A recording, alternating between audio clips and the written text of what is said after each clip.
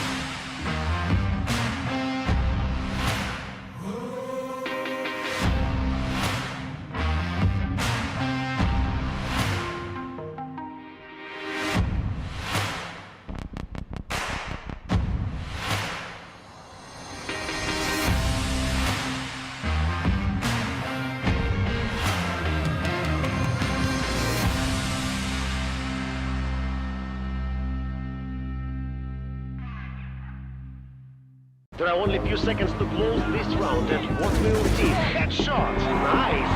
Fist bumps go to the teammates. I wanna hear you go, go, go. Make them feel your smashing blow. I wanna know your luck and lord. Power up your winner mode.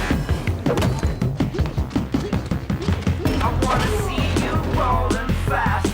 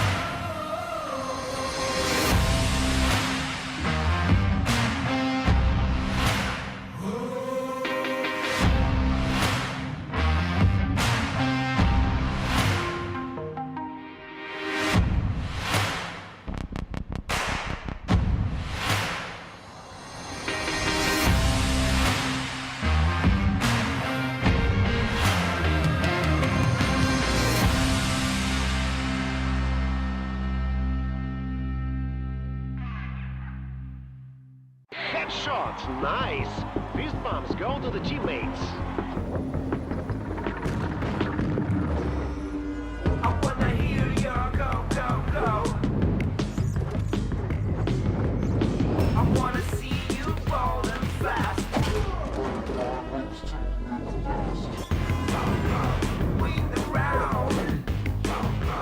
Win the game. Pretty much. They play, you win.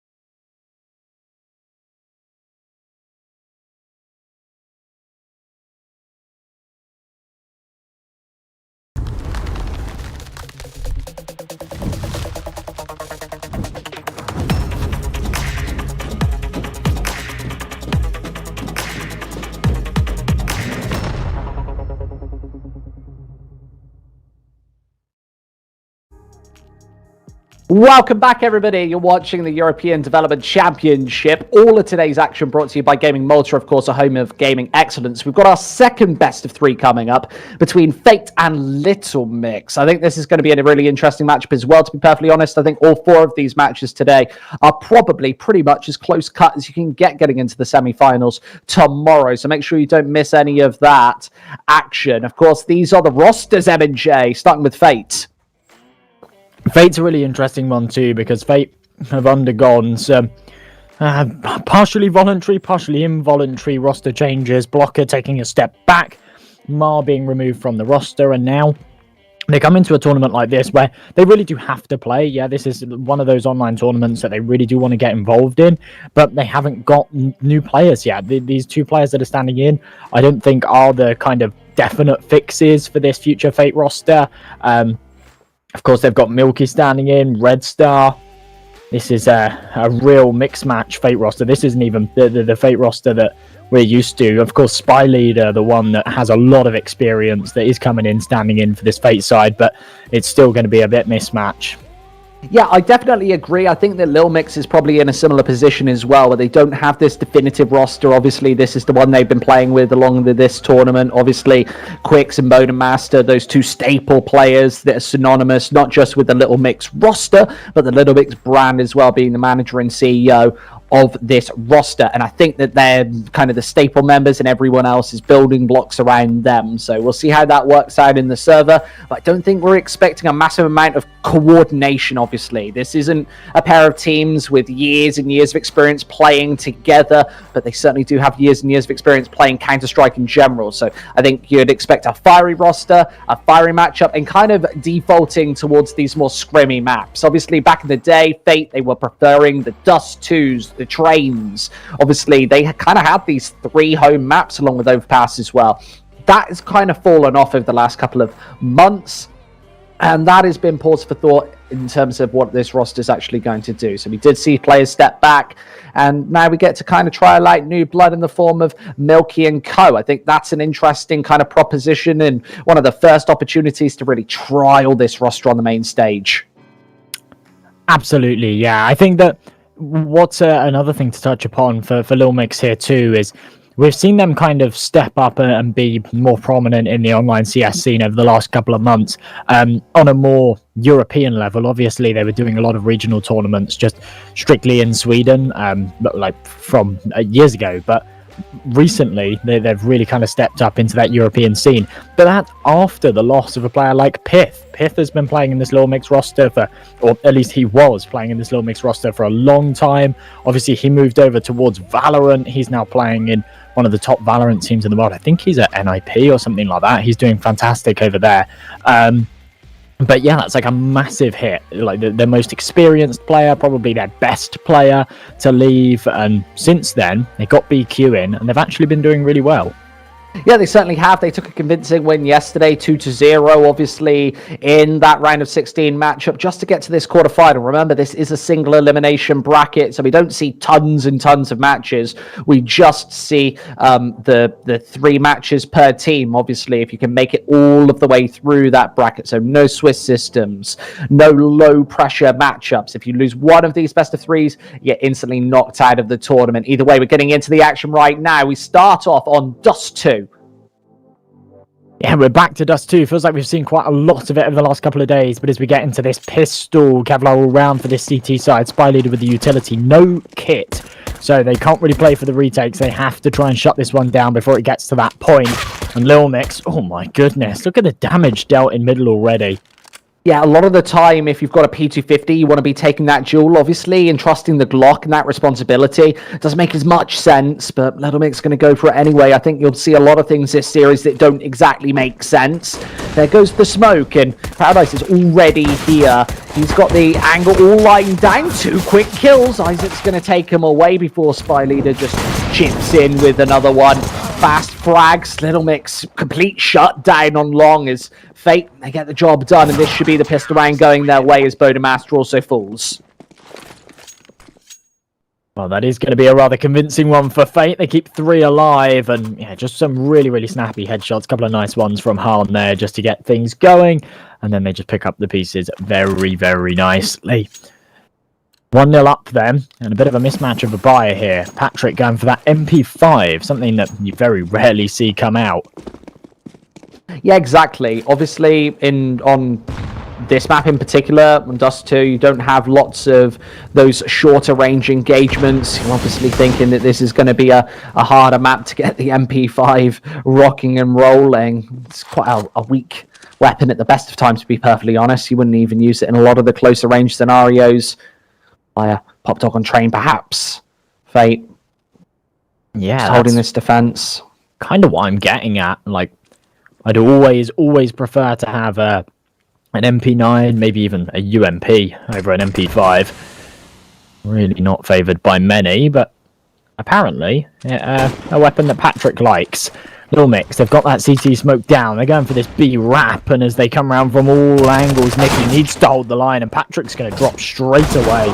Oh, the Desert Eagles do all of the damage onto the B bomb site, and even a third towards the middle of the map. Spy Leader now needs to chip and chime back inside, and this is where things get incredibly touch and go. 4 of those rifles they've dropped already. That MP5 in the meantime falls as well. I don't know if that's one that Lilmix are going to want to carry into the next round, but wow, convincing performance from the Deagles, and Lilmix right back in the running. We'll see them consistently over the course of this series win many a round with those pistols, I presume. Obviously, the first coming in the first 2. So this is, of course, Fate's map pick, which means that Lilmix were allowed to choose the side, and they actually opted for the T side first, which is something that you don't often see. A lot of the time, teams will almost always go for that CT side on any map. Lilmix obviously fancying their chances attacking first. That's a pretty big blow to take for Fate. I think they're really hoping that they could get a good start here on their own map pick, but to win the pistol, to lose the follow-up, if they can't bounce back, then they're going to be off for a rough start. Certainly so. Double scout CTs as Fate wants to double dip with the aggressive buy. Nobody connecting these shots towards the middle of the map, and, well, clock obviously fairly high here. Bodemaster watching towards mid with that scout still, wanting to keep that aggressive angle postured and poised. Smokes away towards short. Lilmix not really doing all too much in the way of an aggressive play here. They've just got fed towards lower dark. 3 players out in long, and they might even backtrack off the rear of this. Usually, I like to invest.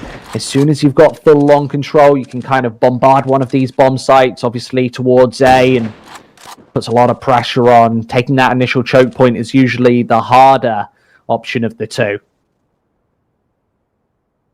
Oh, Lilmix, they've crept right up and pretty much undetected as well. Fate, they're in position to try and shut this one down. 4 players up close and personal, but so much damage being dealt in these initial gunfights. And Lilmix, they're so close now with these automatic rifles. They need to just finish this one off. And Han, he's going to burn in the flames. 2 versus 5 already. This is already falling apart here for Fate. They didn't really have much equity, obviously, with just the pistols in hand, but this has totally fallen to pieces, and Sved's there to clean up the rest. There'll be no saving from Fate going into round number 4, so this will just be the USPS's, Josh. I don't imagine that Fate want to invest all too much into this one whatsoever. Just eat up that eco and go into the next with that $2,400 loss bonus as it starts to build.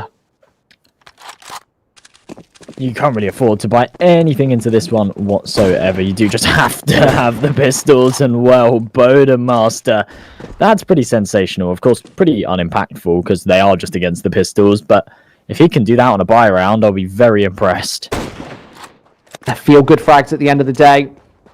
You want to be feeling really good with that AWP/Scout towards the middle of the map, especially on that T side. You know that you're going to have to hit at least a couple of shots in this series towards mid if you want to get the job done. And, well, here with the Famas just trying to take away the first pistol. There's another one dropping, and might actually be able to take one of these rifles with them, to be perfectly honest. Lots of information given and granted. That Molotov does save the day as Bodemaster chips and chimes in the meantime. Well, Spy Leader, he's found himself in an impossible situation. A 5 versus 1. Maybe he can grab himself 1 kill if he has the element of surprise, but they already know where he is and they're already spamming away at him. Gets the dink, but that's going to be all as Sved finishes him off. That's a flawless round for Lilmix, and look at the cash already. 3-1 up, and BQ, Lincoln, Bowden, they're all at this $8,000 mark. This is a very strong start from the Swedes. Yeah, exactly, and this is something that Fate is going to have to take care of sooner rather than later. Otherwise, it's going to be 3 buy rounds in a row. Lilmix probably going to get up towards these, higher digit rounds, and if you can find 9 or 10 on your T side, then you're looking really good to take this first map. Of course, Lilmix, I think that they're slightly favourable when you go into these more scrimmy maps where it's all down to the aim stars. You've got just Bodemaster hitting all of the shots. Obviously, Sved as well. We saw him play some sensational Counter-Strike yesterday. Once more, just Lilmix gesturing for long control first. This is something that Fate haven't necessarily contested as of round number 5. I'd like to see them try and posture for a bit more long control. Maybe feeling like that coordination is going a little amiss and they want to play these more passive positions. Oh, BQ just in top mid, cutting off these rotations. That's superb. Han, all on his own on the site, has to try and contest against 4. BQ, his position's known. They are going to push into him, but he's still finding the headshots. How he finds 2 before falling is just beyond me. And Lilmix, with this man advantage, they're right up close to this A-bomb site. And as that smoke dissipates, Sved's able to find another one right in the head. And round already over. Fate, they saved twice, remember, for these rifles, and well, it's all fallen apart instantly, and Lilmix just make it look easy, to be perfectly honest with you, and that is what they do. It's these sort of rounds where they just hit a couple of headshots and just instantly win it that really puts your confidence down. If you're Fate, you have to kind of regain a little bit of control in this series, play some more standard Counter-Strike, and not really give that much map control to Lilmix. As I said before, they're giving away the whole of long, and Lilmix are just kind of abusing that A-bomb site. You see that that's pretty much happening consistently, and realistically, this is going to go 4-1 right now. Lilmix probably set for a 5th as well. I just love to see Fate take this and get back to their former glory. Really feels like they've been struggling recently, and it's just gutting to see. Of course, they went through a little bit of a slump. Personally, from our perspective, I see that as just a bit of burnout from how much online CS they've been playing recently, potentially other internal issues that may have been the catalyst to the big roster shift. But right now, trialing new players and not getting the results that they hoped for, it's just really sad. I feel like at one time we were like Fate super fans, casting them week in, week out. We definitely were. I definitely casted more Fate than any other team during that kind of like 1 to 2 month period. Looked like they were playing basically every single online tournament alongside MDL as well. And you know how much of a toll that can take out of a team playing sort of like 15 best of ones plus all of these best of 3 Swiss systems. Obviously, this tournament is a lot more forgiving with its schedule. Obviously, that single elimination bracket isn't as forgiving with the losing teams. You get knocked instantly out of this one. We also saw that multinational league leading into this and lots of other open qualifiers as well. So teams definitely getting a chance to compete. And we kind of did see how those sort of open qualifier teams fared yesterday. Wasn't too well for anybody who missed it. Yeah, no one really putting up a real fight except that final matchup of the day between the 100 ping gods and Cyber Legacy. Right here, Isaac. Oh, he's just got the perfect angle, and Krisen's going to walk straight into it. An advantage for Lilmix once again with a minute on this clock. Nicky wants to try and trade this one back out, and as he's creeping around the doors, he might be able to get a sight line, but only if he goes for the peak. And Lilmix, they're surely well aware of this, as they continue to walk up short. Sooner or later, surely they're going to realise they actually have a free A bomb site. Yeah, exactly, and they will realise this at some point, probably in the next couple of seconds. Nicky, yes, he's got the back angle, but this should be the instant trade. Patrick's there right on cue, but with the bomb already salvaged, that Molotov going down and away, I don't think that Patrick can really force the engagement onto the A-bomb site. He needs to wait for that to whittle away, and in the meantime, Hans picked up a rifle, doesn't get anything done though. That's actually Patrick dropping, and well, just this final AK-47 left to deal with. No body armor either, and that nade is going to absolutely clatter him.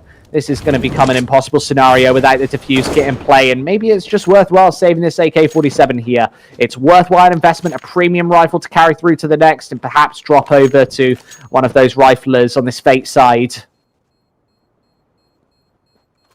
Yeah, Hun just wants to carry that one across. No point in charging in with only 3 points of health, and Lilmix, they're not going to go hunting either, despite the fact that every man is around that 10k mark, and well, they're about to add to that even further.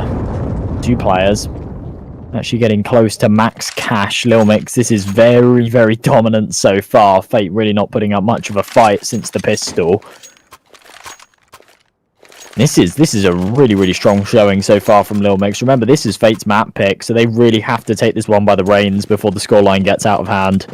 Yeah, we did see this earlier in that previous series as well, funnily enough, on Dust 2 between Navi Jr. as well. They were 9-3 down. Obviously, they ended up winning that map as well, and it looked quite convincing as well. I think about 12 rounds in a row to even finish that one off. So, yeah, sensational stuff. And remember, Dust 2 especially is never really over until the fat lady sings, and I can't hear her warming up her vocal cords yet. It's only 7 rounds in, 5-1 here for Lilmix.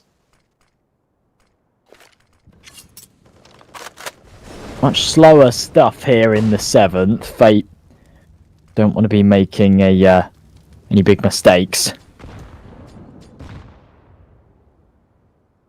It seems like Lilmix have just found their weak spot, yeah? They're just short. Fate just don't contest short whatsoever, so they can just keep abusing it. Yeah, it's down to that map control on the A-bomb site, right? Both long and short now being kind of abused, and you'll see Lilmix default away from B the majority of the time if this continues to be the case. If Fate change up their setup and come in with some sort of adjustment, maybe Han with the AWP might be that adjustment. We can see if he can listen for the shots and obviously find it. It's 35 seconds left to be played, and Lilmix, they have already kind of come up with their final answer.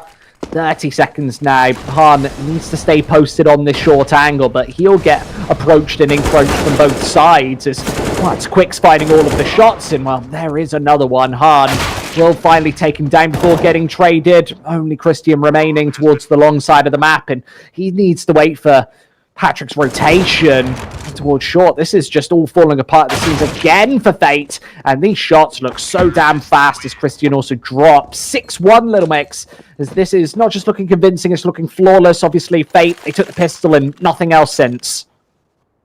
There is a hole in Fate's ship, and they need to plug it up.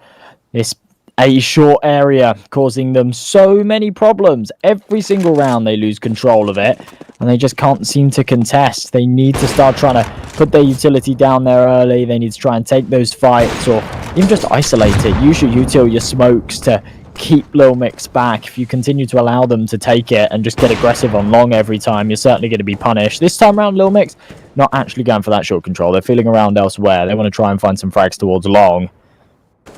BQ. Oh, does spot out a man. Hits the cross. Actually finds the leg. That's a lot of damage. Certainly is, and it's something that Nicky needs to be aware of, along with Patrick in the latter portions of this round. Both scouts being tagged, and realistically, one bullet from an AK-47, 2 onto the second man can very easily take either of these players down. Tough stuff, and well, Desert Eagle just on this A-bomb site, obviously very tricky to contend with, and at the minute mark, Lilmix just defaulting back towards the A-bomb site once again. Seemingly, I think, the 8th round in a row. I can't remember even once that they've gone towards B. Maybe the pistol. But since they've kind of spotted this weakness, this A-bomb site has been taking place for days. It's Nikita just whiffed that shot by a whisker, but again allowing these AKs to creep closer. And Fate just have no information on this A-bomb site. Because of the lack of short and long control and playing this more default setup, I just feel like that's fallen apart for them, and maybe those systems that they had in place with the likes of Blocker, obviously, he was notably the highest rated rifler on the team. Maybe they don't feel as confident to go for these aggressive stances any longer, and they're paying the price for that here against Lilmix. Fast frags, a 7th round, doesn't even look competitive here on Dust 2. It doesn't at all, and as this gap just continues to extend, I think Lilmix are really solidifying themselves as the better team here so far on the first map of this series. We actually had a conversation literally on the day that Blocker announced that he was going to take a step back, just about how much of a loss that was for Fate and how impactful he was as a player, how much he really brought to the team. And we're really seeing that. This is one of the first times we've actually watched Fate without Blocker in the roster. And it just looks like they're struggling. There's just this massive firepower disparity, and they're just losing all of these gunfights. They just seem a bit lost.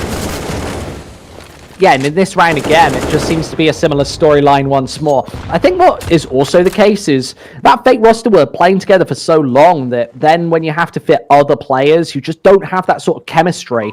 And I think that that's kind of what we're seeing on a map like Dust 2 as well, which was previously, remember, one of Fate's home maps. They're not just not putting in that performance once again. So I don't know the reason behind that, but this is certainly not looking pretty here on Dust 2, is Lilmix already halfway towards the finish line, and it feels like we barely got started. And the quicker that these rounds go, the more that confidence is building up. You just see that sliding shot from BQ. That's not a pre-fire angle, by the way. It's not even something that you're going to be realistically hard checking, but that's just an instant headshot, isn't it?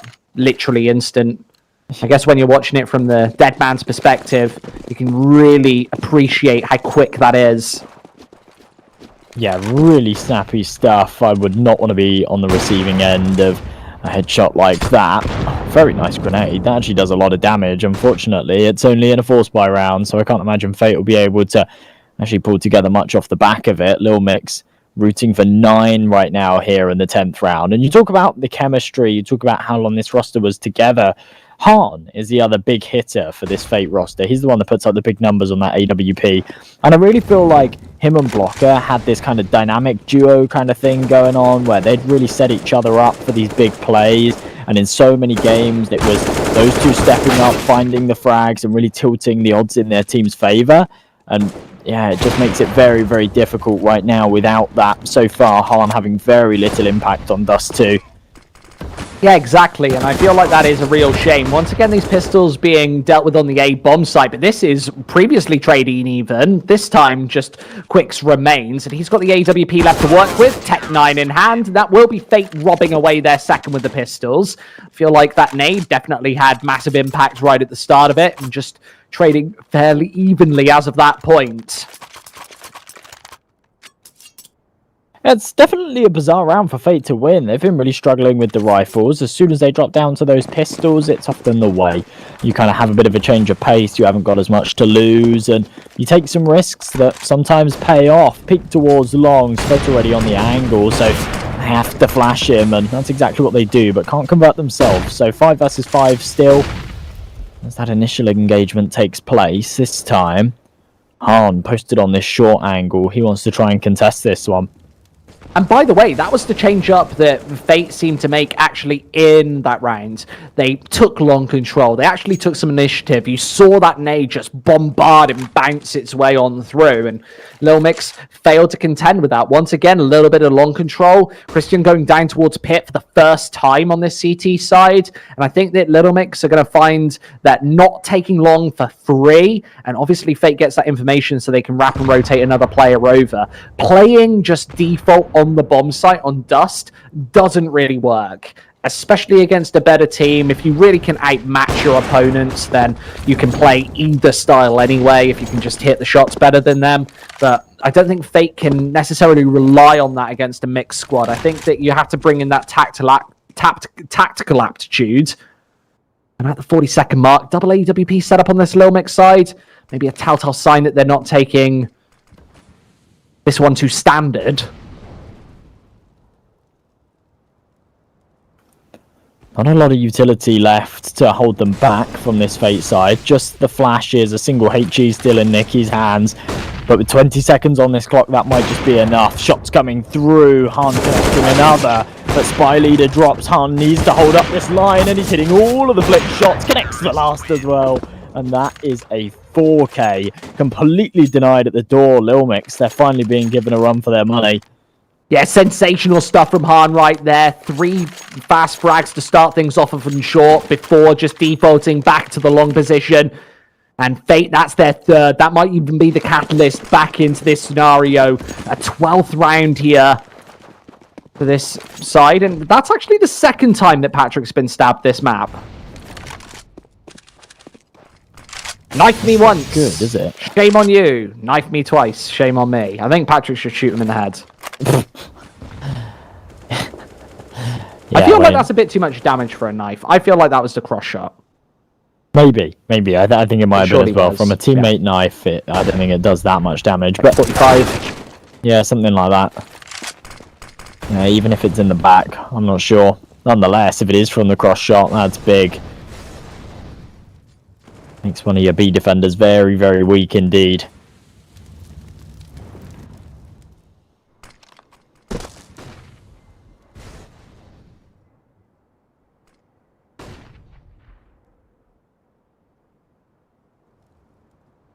Slower stance.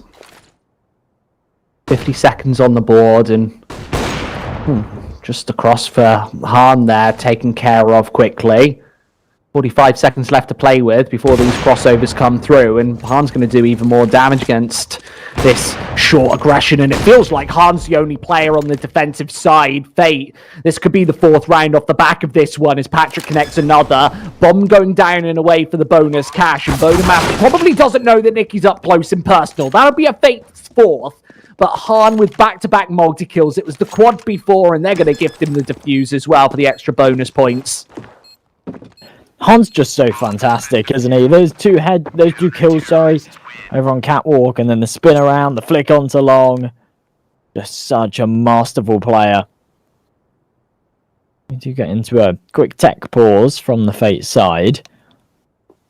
Lilmix, I think that they're going to be panicking a little bit right now. They've still got cash, so that's not really the issue, but you definitely need to start putting some more rounds on the board because, okay, 8's enough, but after being 8-1 up, you don't want to allow Fate back in and have an 8-7 half. Just a little bit more inside too. Han's actually lagging right now, hence why they called the pause. So that 3K might even have been off the back of having a bit of ping to work with. Please kick the player with high ping. It is weird. It is weird how Counter-Strike works, where you can have high ping and high loss and like not lag, and sometimes you can have like pretty good ping and still be lagging. I played a game. It's the choke that kills you. Yeah. Well, just like the packet loss as well, that really does mess things up. I played a game yesterday with a guy that was streaming while he was playing, and he didn't have high ping. He was fine. He had like no issues, no loss or anything. But for everybody else, he was lagging around, and he was impossible to hit. He's feeling great about that, isn't he? Yeah, I don't even know how you do that. Interesting thing. This is Yeah, probably a couple of Han's highlight reels once again. You just see the connections on this A-bomb site. You see this first shot is so fast as well above the smokes before he even needs to find any of the others. But it's basically all eyes on Han, isn't it, for the A defense? And him stepping up and even just having an AWP in his hands, previously unable to afford it, has definitely been the difference maker for Fate. I think that they would still be stuck down at the 1 to 2 round mark if it wasn't for those multi-kills from Han. So, yeah, to see him finally stepping up in this series is sensational. And now he just needs to fix his internet. Maybe call out the serviceman. Him to come over. Well, they baited us. They caught the pause and then unpaused. And then paused again. That's a good bait, mate. Okay, they're already done. They're ready. We'll be getting back into this one. But yeah, Han, he's just been hitting all of the shots. He's been absolutely fantastic. And he's just so quick. When he steps up, everybody steps up. He really can bring the morale up of an entire building. And he seems to be able to do so for the entire Fate side. They need to try and pull back 2 or 3 more here, though. Preferably 3 to have a good half. And Lilmix, they're going to try their best to deny it.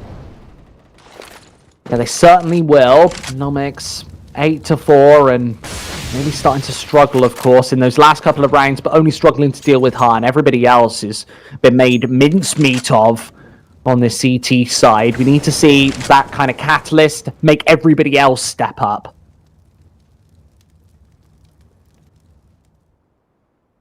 Oh, Lilmix, kind of going back to old ways. They get up onto short. Fate once again not contesting it. They don't even have this AWP over towards the A side of the map. Instead, Han's got this aggressive stance towards B, which hasn't really been contested at all. There's a real gap on this A site defense. Spy leader, as soon as they push out a catwalk, which they're obviously going to do so with flashes and smokes, he's kind of redundant. He actually has to fall away and play for the retake. So, Lilmix, they've got a good position here. Yeah, and with no AWP holding in the ground, it's all down to the Emperor A1S, and that's a real problem. Of course, Lilmix, they should be able to waltz their way right on here with only a little bit of utility, and that's good because that's all they've got to work with. The Molotovs as well for ramp control, but they don't even need to throw it to get inwards and inbound. 30 seconds to play with. And all of that utility over the top and even an AK-47 in the back lines to try and deal with the Han flank. I wonder if he checks this corner that Isaac is lurking and lingering within.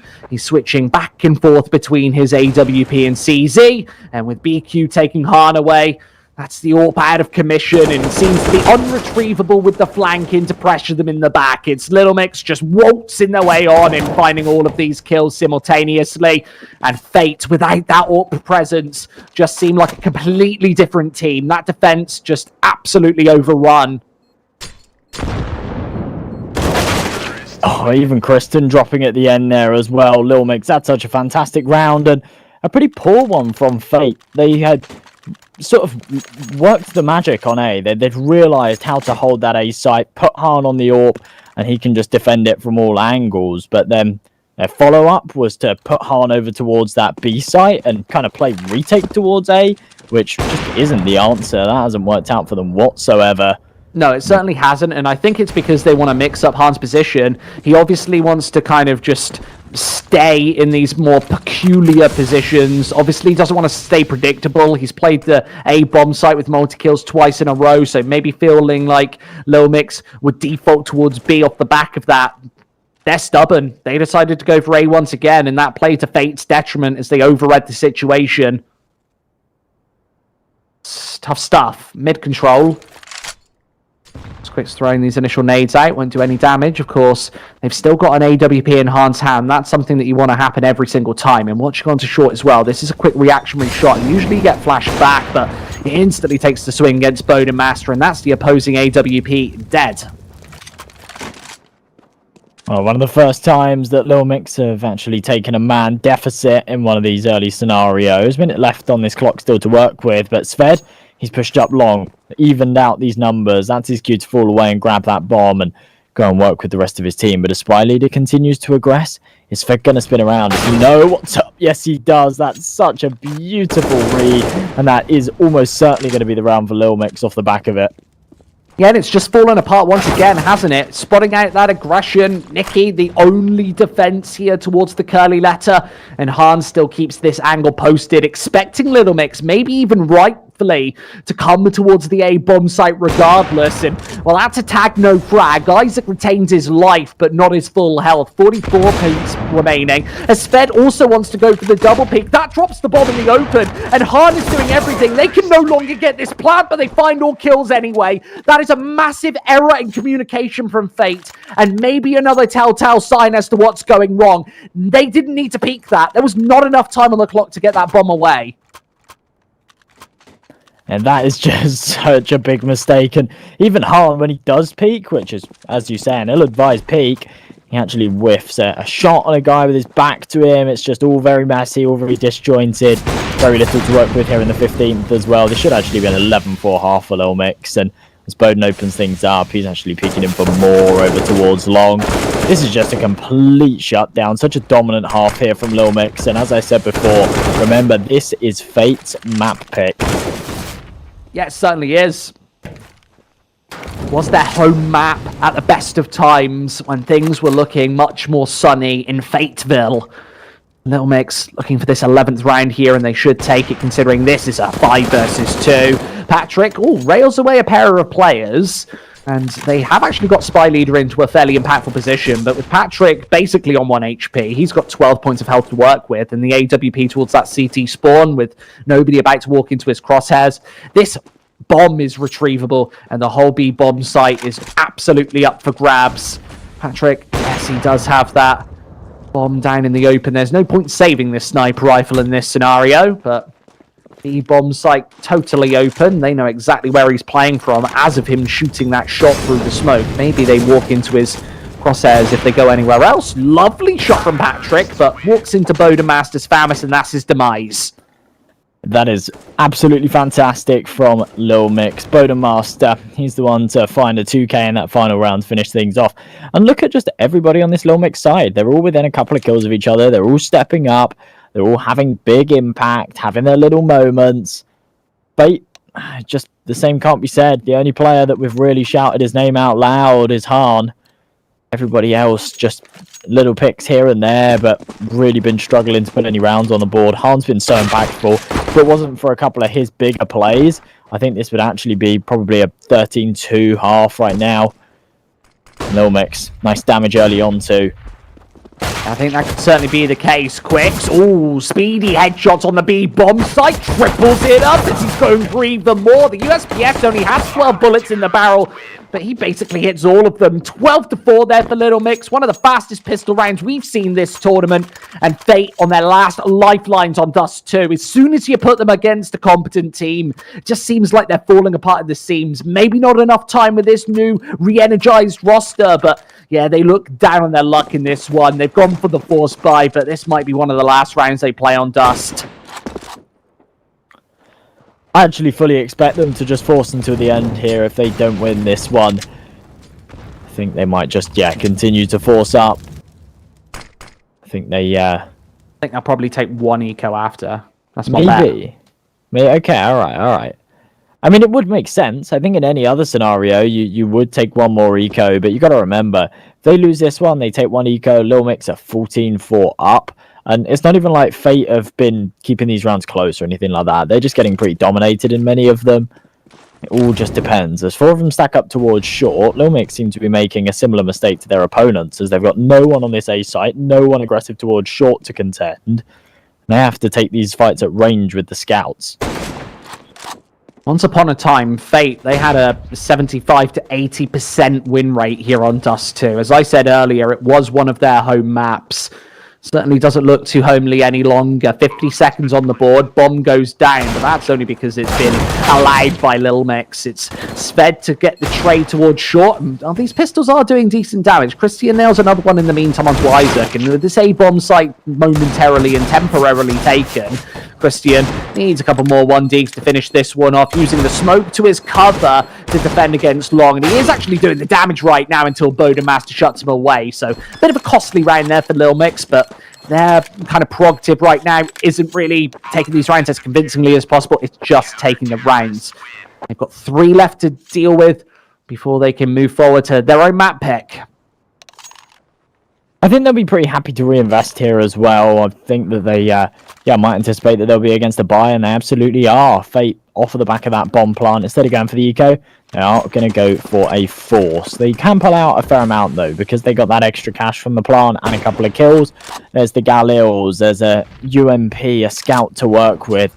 Pretty similar buy to their opponents, so definitely a chance that they can pull this one off. Yeah, certainly opportunities here. Isaac, he's been spotted. No frag just yet. There's an HE that does absolutely 0 damage. Lilmix maybe even predicting it.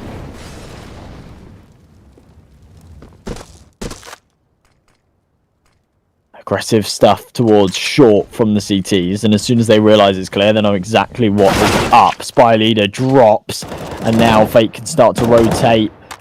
As they're all stacked up in this B tunnels. Lilmix, I want them to send another man over towards this B site. They know it's not A, they know it's not mid. Yeah, they've got all of the information right now. I almost want them to send a little recon drone over the top.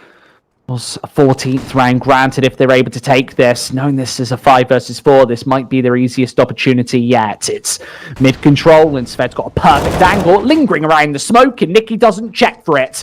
That's a 2-man lead, as now they peek right into B for the MP9 to chew them away, and Quicks does all of the damage through the smoke. He's gone for the knife.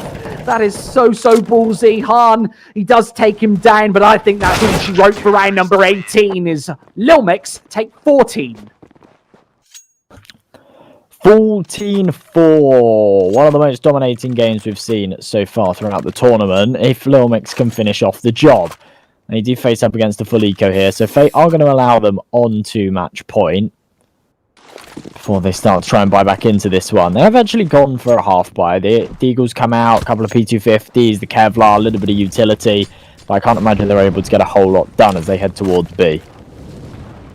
Yeah, it just seems a little down in the dumps, doesn't it? I think Fate already might be conceding this first map and looking forward into this best of 3. Lilmix, I think you could say the same for them as well. They don't want to concede too many rounds before this one's said and done. They're looking at a map point if they can find this one round against the Desert Eagles.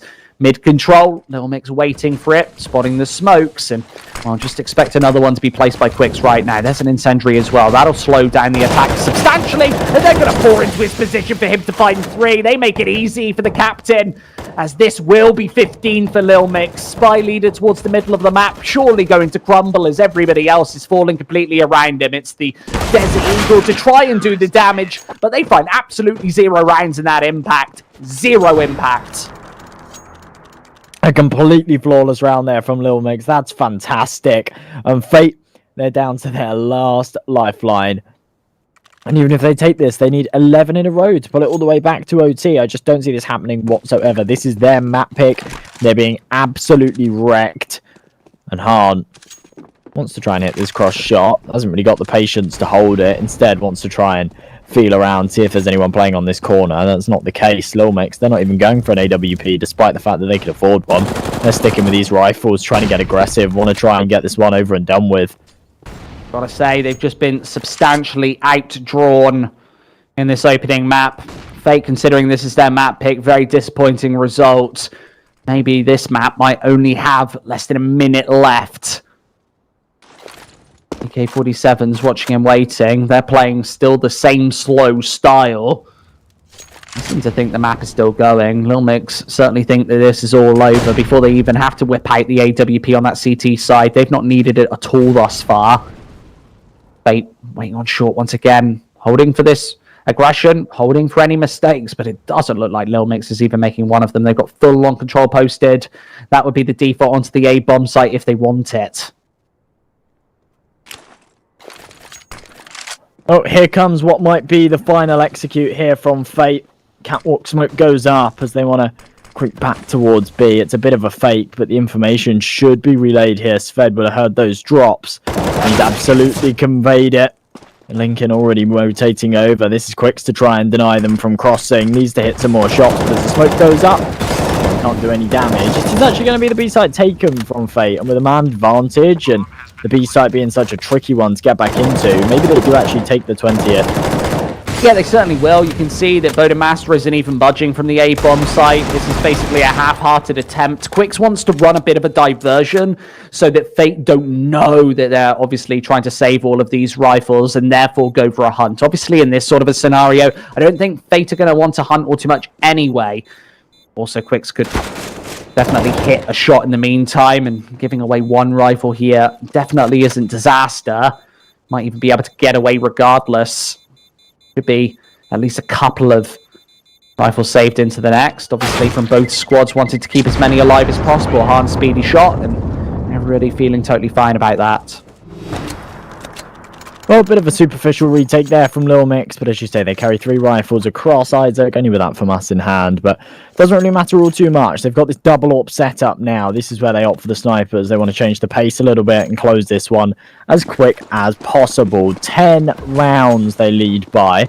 That's how many Fate need to take this one to overtime.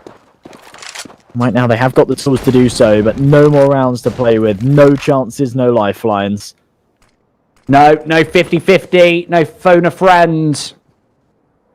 Nothing left, no chances. Double AWP set up to try and end this one for the final time. And all the AWP on scopes, and Quick's able to hit both of those initial shots. And Han, obviously not as slow as his teammates, he's going to find that one to open up the B bomb site once again. Fate seem to have found a little opening towards this side of the map as Isaac also crumbles falls. This is Yakut's law once again, M&J. We've seen it every single map. Despite the lead, despite how many rounds in a row one team takes, you're going to have a little streak back before the end, whether it's one round or a couple like Fate. We'll see how many they can actually bring back in this one, but 15-6, I'm not excited just yet. I'm sitting back in my seat instead of at the edge of it. Yeah, I often call it lifeline adrenaline. Yeah, it's that kind of feeling when you're about to lose and your body says, right, no, like, I don't want to lose. So you start putting in your fight. Whatever energy you have left, whatever's left in the tank starts to come out, and you do just put in your absolute all. And for Fate, it's warranting them, it's meriting them a couple of rounds, but they have to save some energy for map number 2. It's also important, though, that they start to improve their mindset going into map number 2, because I think a really, really hard blow like this on your own map pick can certainly start to play mind games on you. Yeah, it certainly can. It can really break up that communication as well. We don't know what any of the issues were in those previous rosters, but obviously here today, they're looking to obviously try and win a best of 3 to get to tomorrow's semi-finals.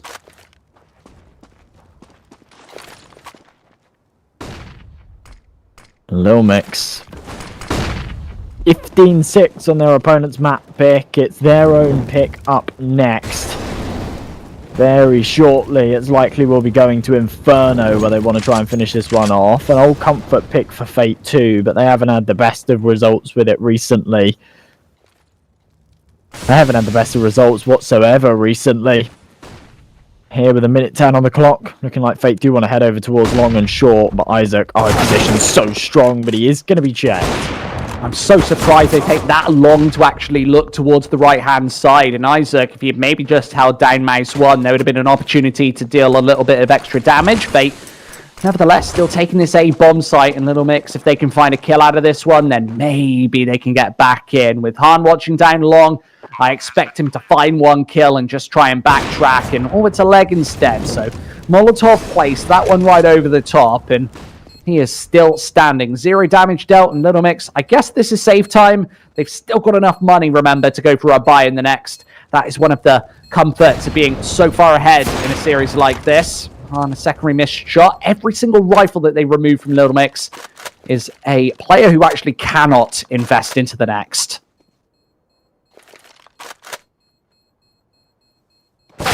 And then Lilmix money right now is completely broken, so trying to take these rifles away is certainly something that Fate want to do, especially as they've got some money of their own.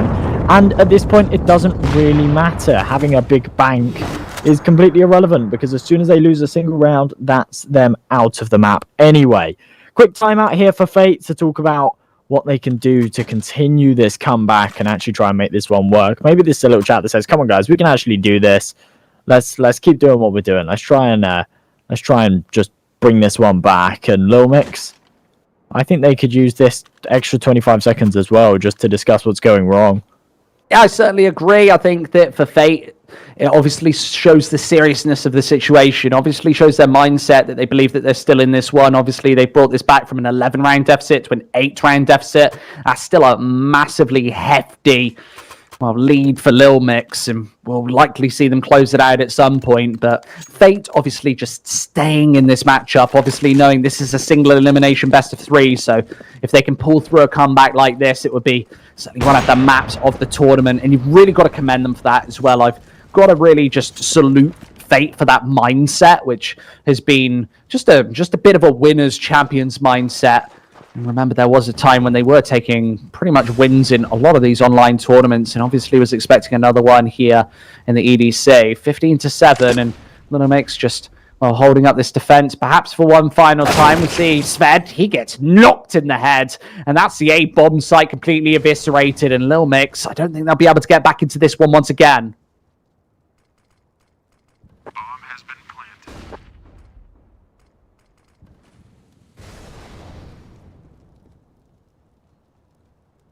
I really do think this should just be a save, to be honest. And looks like Lilmix has just agreed with me.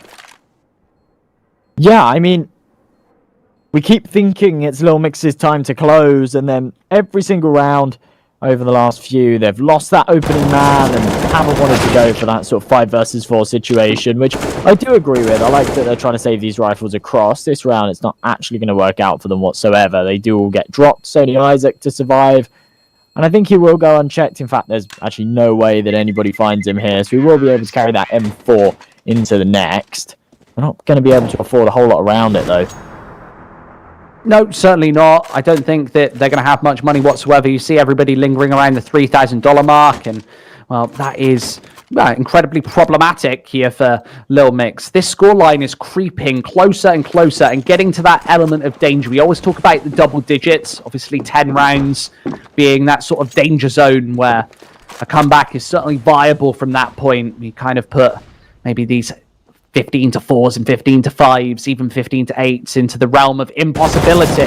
Quick kills though from Lilmix as they want to shut this one down early. It gets blasted right back. Fate going towards the A-bomb site once again. Spy Leader with another one as they want to peek into BQ's Scout. No AWP power on the A-bomb site, and another headshot could secure it. Fate, they're missing all of the shots. It's Nikki to drop in BQ. Such sensational damage, and Spy Leader rummaging in through long is going to catch this side angle and not get tagged in translation, leaving it just down to the Deagle to try and close this map.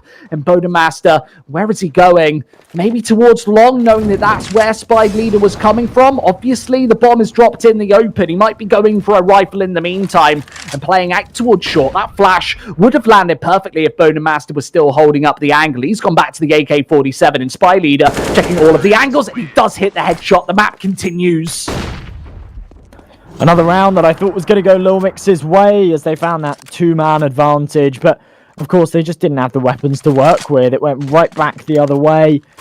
BQ, couple of nice shots with the Scout, so back and forth, a roller coaster of a round, but Fate ever so slightly coming out on top. Here's the full investment though. Lilmix, double AWP setup again in play.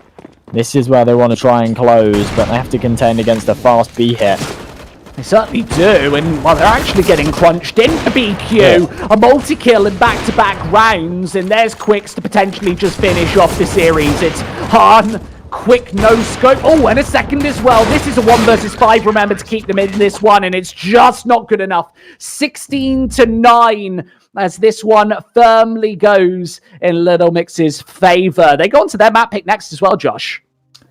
Yeah, that's actually a really, really strong performance there from Lilmix. We talk about how dominant it was at the start. Obviously, Fate do bring back a few, but at no point do I think they were even expecting to pull it back and actually take it to OT. So at that point, you're kind of just playing for as many rounds as you can, make that scoreline a little bit more respectable, make yourself feel a bit better about the matchup as a whole. But going on to their pick, they're not going to be happy whatsoever. No, I don't think they will either. Obviously, that coming up right after the break. You're watching the European Development Championship. All of the action brought to you by Gaming Malta, home of gaming excellence. Fate versus Lilmix. It'll continue after this.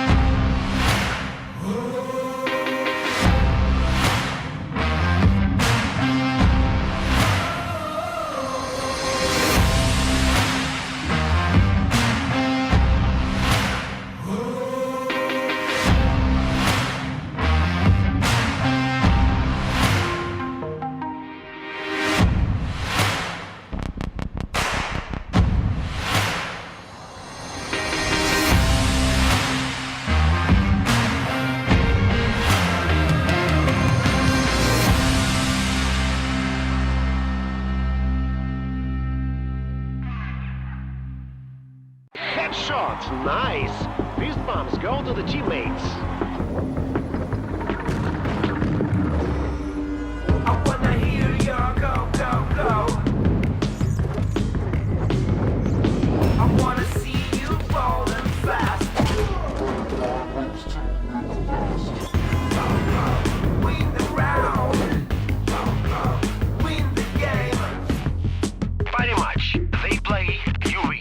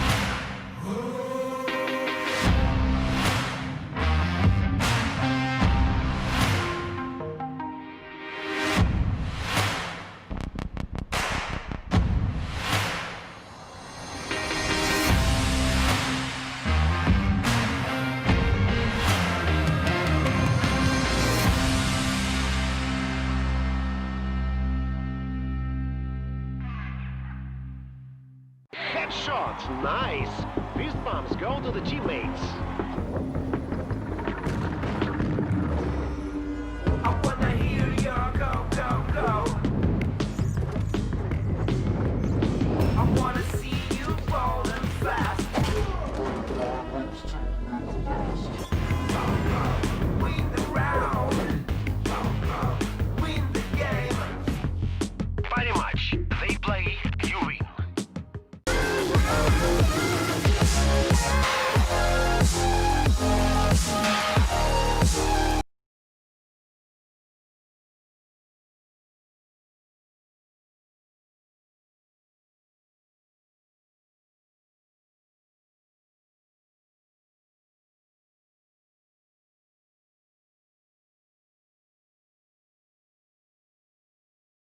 Welcome back, ladies and gentlemen. You're watching the European Development Championship, brought to you by Gaming Malta, home of gaming excellence. It's Fate versus Lilmix. That is the matchup on the cards. Yeah, second best of 3 of the day, by the way, as we chomp our way through these quarterfinals.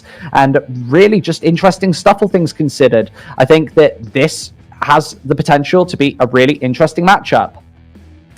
It absolutely does. Yeah, we've just seen, of course, the first map over on Dust 2. That was an incredibly dominant performance. The scoreline doesn't really do it justice, but Lilmix, they walked all over Fate. I think it was 15-4 or something ridiculous like that.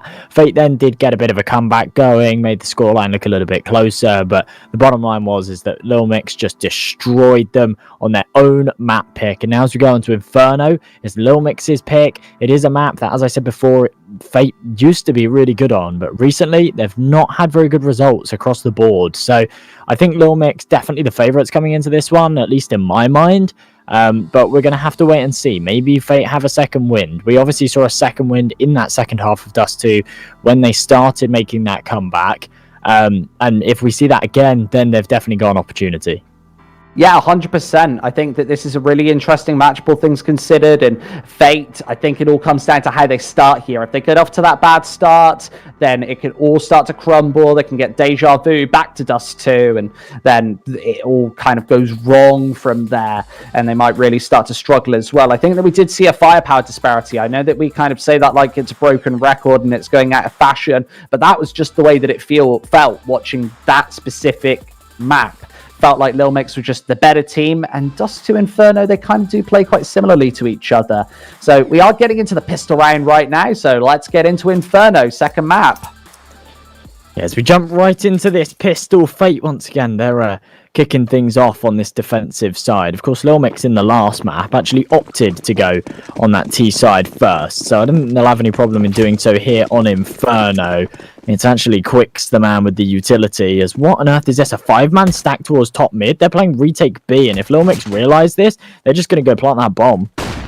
Yeah, absolutely, but they're not anywhere near getting any of that information required. They're playing the bottom of banana right now, and Fate might be able to crunch in. Remember, this was a tactic that the old Fate roster actually achieved with massive success, and they seem to be doing the justice once again. Dirty pistol round, and Sved's only able to find the one frag here for Lilmix. So a 1 versus 4 here for Quicks. Let's see what the captain can do. He's obviously inside of Underpass, really struggling in this scenario. Is Spy Leader just watching for him? Fate, perfect pistol. That's a really bizarre strategy that, I mean, we've definitely seen it before, where they go for that 5-man mid push, but it's really not something you see very often, and it can certainly be abused. If you do it too often, your opponents kind of recognize it, they can just counter-strat it by just going straight over to that B-bomb site. But Lilmix, they take a little bit too long, they get caught out by the aggression, and now they have to pull out these deagles, that single scout in the hands of Sved to try and get something done here in the second and bounce back. Yeah, exactly, and in this sort of a scenario, you want to bounce back as fast as possible. So with pistols, obviously puts your opponent's perspective just in the dumpster. I had a feeling about this series, all things considered. That would have been exactly what happened in the first map as well, where Fate did find that CT pistol and then it all fell apart according after that pistol.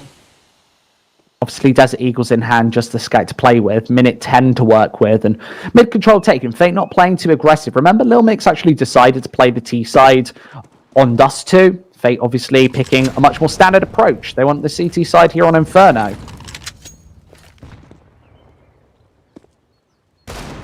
Very slow round once again. Lilmix certainly opting to go over towards this B site, and Spy Leader's smoke's got a massive gap in it. Needs to call a rotation, but the issue is he's not actually heard anything. It's just a suspicion that maybe there are players towards Banana. Nonetheless, Patrick's heading round. Every man on this Lilmix side about to charge right through, and as the smoke goes up, they're actually going to be able to get this bomb plant for sure, but they just need to find the headshots. And they're absolutely not. So Lilmix have taken the whole of this bomb site, and with SMGs in play, this might be easier to get back in. Easier said than done sometimes, though. In those sort of scenarios, the pistol rounds can really run amok. Sved hits the first, and as the Fate attack crumbles, these pistols, they're trading more than evenly. A 3 versus 2 as Isaac finds another one, and Nicky now needs to get the job done on his lonesome. Stunning headshot, needs to find Master now, and it's not going to happen against the Desert Eagle. That is such a ridiculous round from Lilmix, and we actually saw it on Dust 2 as well, where Fate very convincingly took the pistol round and then just choked in the second and fell to the Deagles. I mean, there's definitely a recurring theme here. Fate, they've been practicing their pistol rounds really well, especially on that CT side. They just cannot follow through, and Lilmix, if history repeats itself, they're about to completely stomp. But let's see what Fate bring into this one. Of course, they go for the force buy once again. They know that Lilmix won't have a whole lot to pull into this round, especially considering they only survived with one player in the last. So, minute 30 on this clock. Lilmix going for a slow default, feeling around for this information. They've not found anything just yet. But, tagging through the wall. Almost connects. Yeah, very close. With that scout, it actually does minimal damage, but yeah, with nothing actually finding its marker. Both teams 100 HP per player. No damage dealt as of the 1 minute 10 mark. It's another smoke over the top. So Fate back in their heyday, great with this utility. We know that. We know that they'll slow Lilmix to a halt in all of that map control that they were able to just take for free on their T side on Dust 2 via long and short. Don't think that's going to be as much of a possibility here on this second map here. I think the Inferno plays quite differently. Molotov's coming through, facing Han back, CZ75 in hand, and pretty little flowery skins on each of them. That red maybe a bit more brash. I've actually got 4 players towards this A-bomb site as well, so Lilmix are about to walk into the bear trap. And with the MAC-10 cutting away one, that then isolates this into a 2-pronged assault. And, well, Christian, Han, all finding the frags. And the MP9 now retaining its life. And while Quick's running out of ammo in the meantime, Han's still going, but he needs a little bit of support through the smoke. It's not going to come through. And 1 HP clutch, he's got a dream and trying to force him through, and he manages it. Quicks, that's actually sensational. Grabs the Desert Eagle in the meantime. There was a scout on the floor, I think maybe an AK as well, but that doesn't even matter because Lilmix, they're up to 2. That was an ace as well, and I just love the way he plays it. There's 6 seconds left on that clock. He has to go for the plant, and he goes for the ballsy play. Fakes the plant. He's only got 1 point of health, so if he actually commits to it, he almost certainly gets pushed, and there's nothing he can do. But catching his opponent off guard, you just can't fault it one bit. Perfectly played. And Sved on this one, he's just going to mow down the ecos. BQ and Isaac chipping in too. And that's going to be a very quick round with only 1 casualty. I saw a great tweet from Vince the other day, and it was about taking your own fate into your own hands, especially in these 1vx situations. And, well, in that scenario, Quicks literally did take the whole of fate into his own hands. Just a whole ace, that 1 HP clutch. You can't really ask for any more out of the captain, can you? And that's why the team is built around him. He's kind of that motivational player, him and Master, really in those management positions on this organization. And if they can get through to EDC 1, that's going to be a massive boost for this whole team. Lilmix 3 against Fate's 1. This is shaping up to look like exactly how Dust 2 ended up. It actually is. Lilmix going 3-1 up. And this is another one of these buys where Fate could have really done with either saving a bit of cash previously or maybe even just going for another eco here so they can actually pull out a proper buy in the next. Right now, it's very, very mismatched. They've not got a lot of utility to work with, only that single diffuse kit, which on a map like Inferno really, really does add complications, and it's just a massive firepower disparity on this server right now. I see Nicky falling early, Lilmix still applying pressure. Flash through as well, maybe expecting one of these Lilmix players to retain their position. Christian with the 2-for-1 trade, certainly good enough on the A-bomb site. But where is the reinforcements here? Harness the last line of resistance, and he instantly goes down after only trading Isaac. That's certainly not good enough. Fate, they're falling apart again on this CT side, and Patrick now wants to come in for this 1 versus 2 clutch. It's one that he cannot afford to save. Of course, there's no AWP on the floor, so with the double set piece configuration, Master, I thought the shadow was spotted, but the damage now dealt, and Patrick needs a headshot, otherwise it's GG's for round number 5, and Master secures that one. 4-1 as we go through, and Lilmix, they seem to not just be winning these early game situations, but all of the clutches also. Fate a tactical timeout to discuss. I like the fact they're taking the timeout early. I know they did this on Dust 2 as well, but it just gives them a little bit of time to break the pace and really work out what's going wrong, because I think that over on Dust 2, they just allowed it to get out of control so quickly, and once you let it get out of control, it's so difficult to recover, even off of the back of some crazy plays from Hahn. They still weren't able to pull it back enough to take that first map, and here on Inferno, it's unknown territory, it's their opponent's pick, and they're already trailing quite severely. Yeah, exactly, and this is where this can definitely go from bad to worse for the CTs, especially as we will see them in this eco cycle once again. Not really much weaponry to be playing with here on round number 6, and expect this to go 5-1 right now.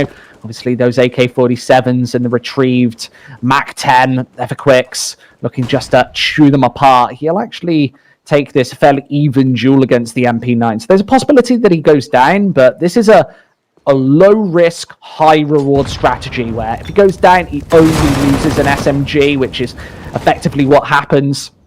And these armored players, yes, I guess it's a MAC-10, but not loads to work with when you're playing against the AK-47s at least, and it won't even be retrievable. Fate don't want the prize. They kind of could have got baited into the setup, but apparently not.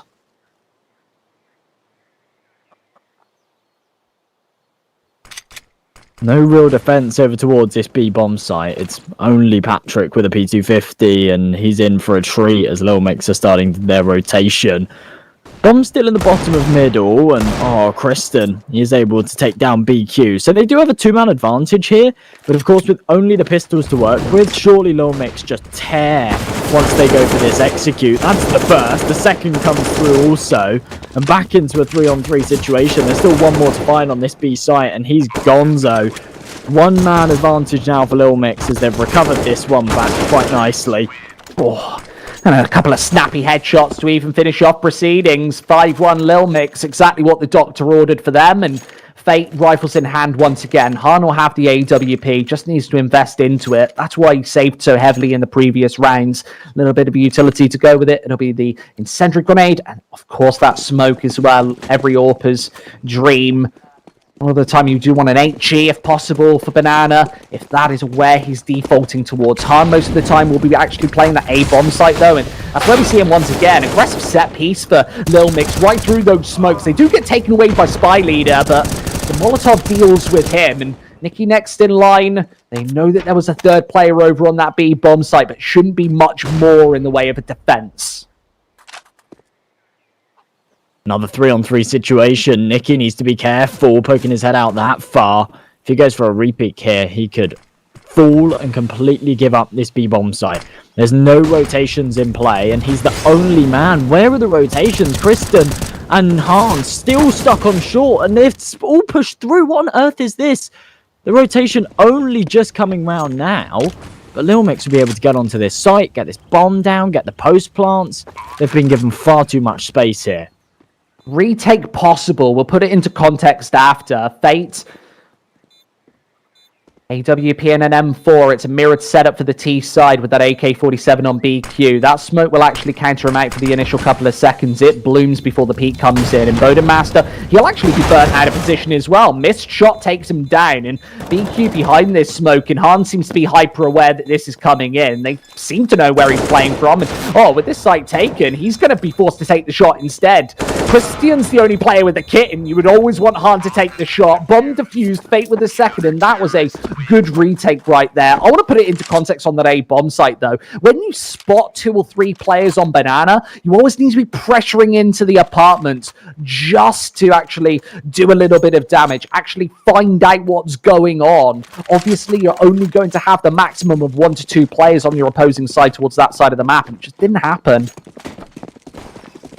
Yeah, Fate, it certainly feels a little bit disjointed. That retake was pretty perfect. I did like that.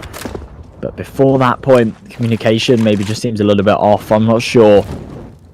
Nice grenade, though. Gets Bowden nice and low. And the Molotov to follow up. Does a little bit more damage.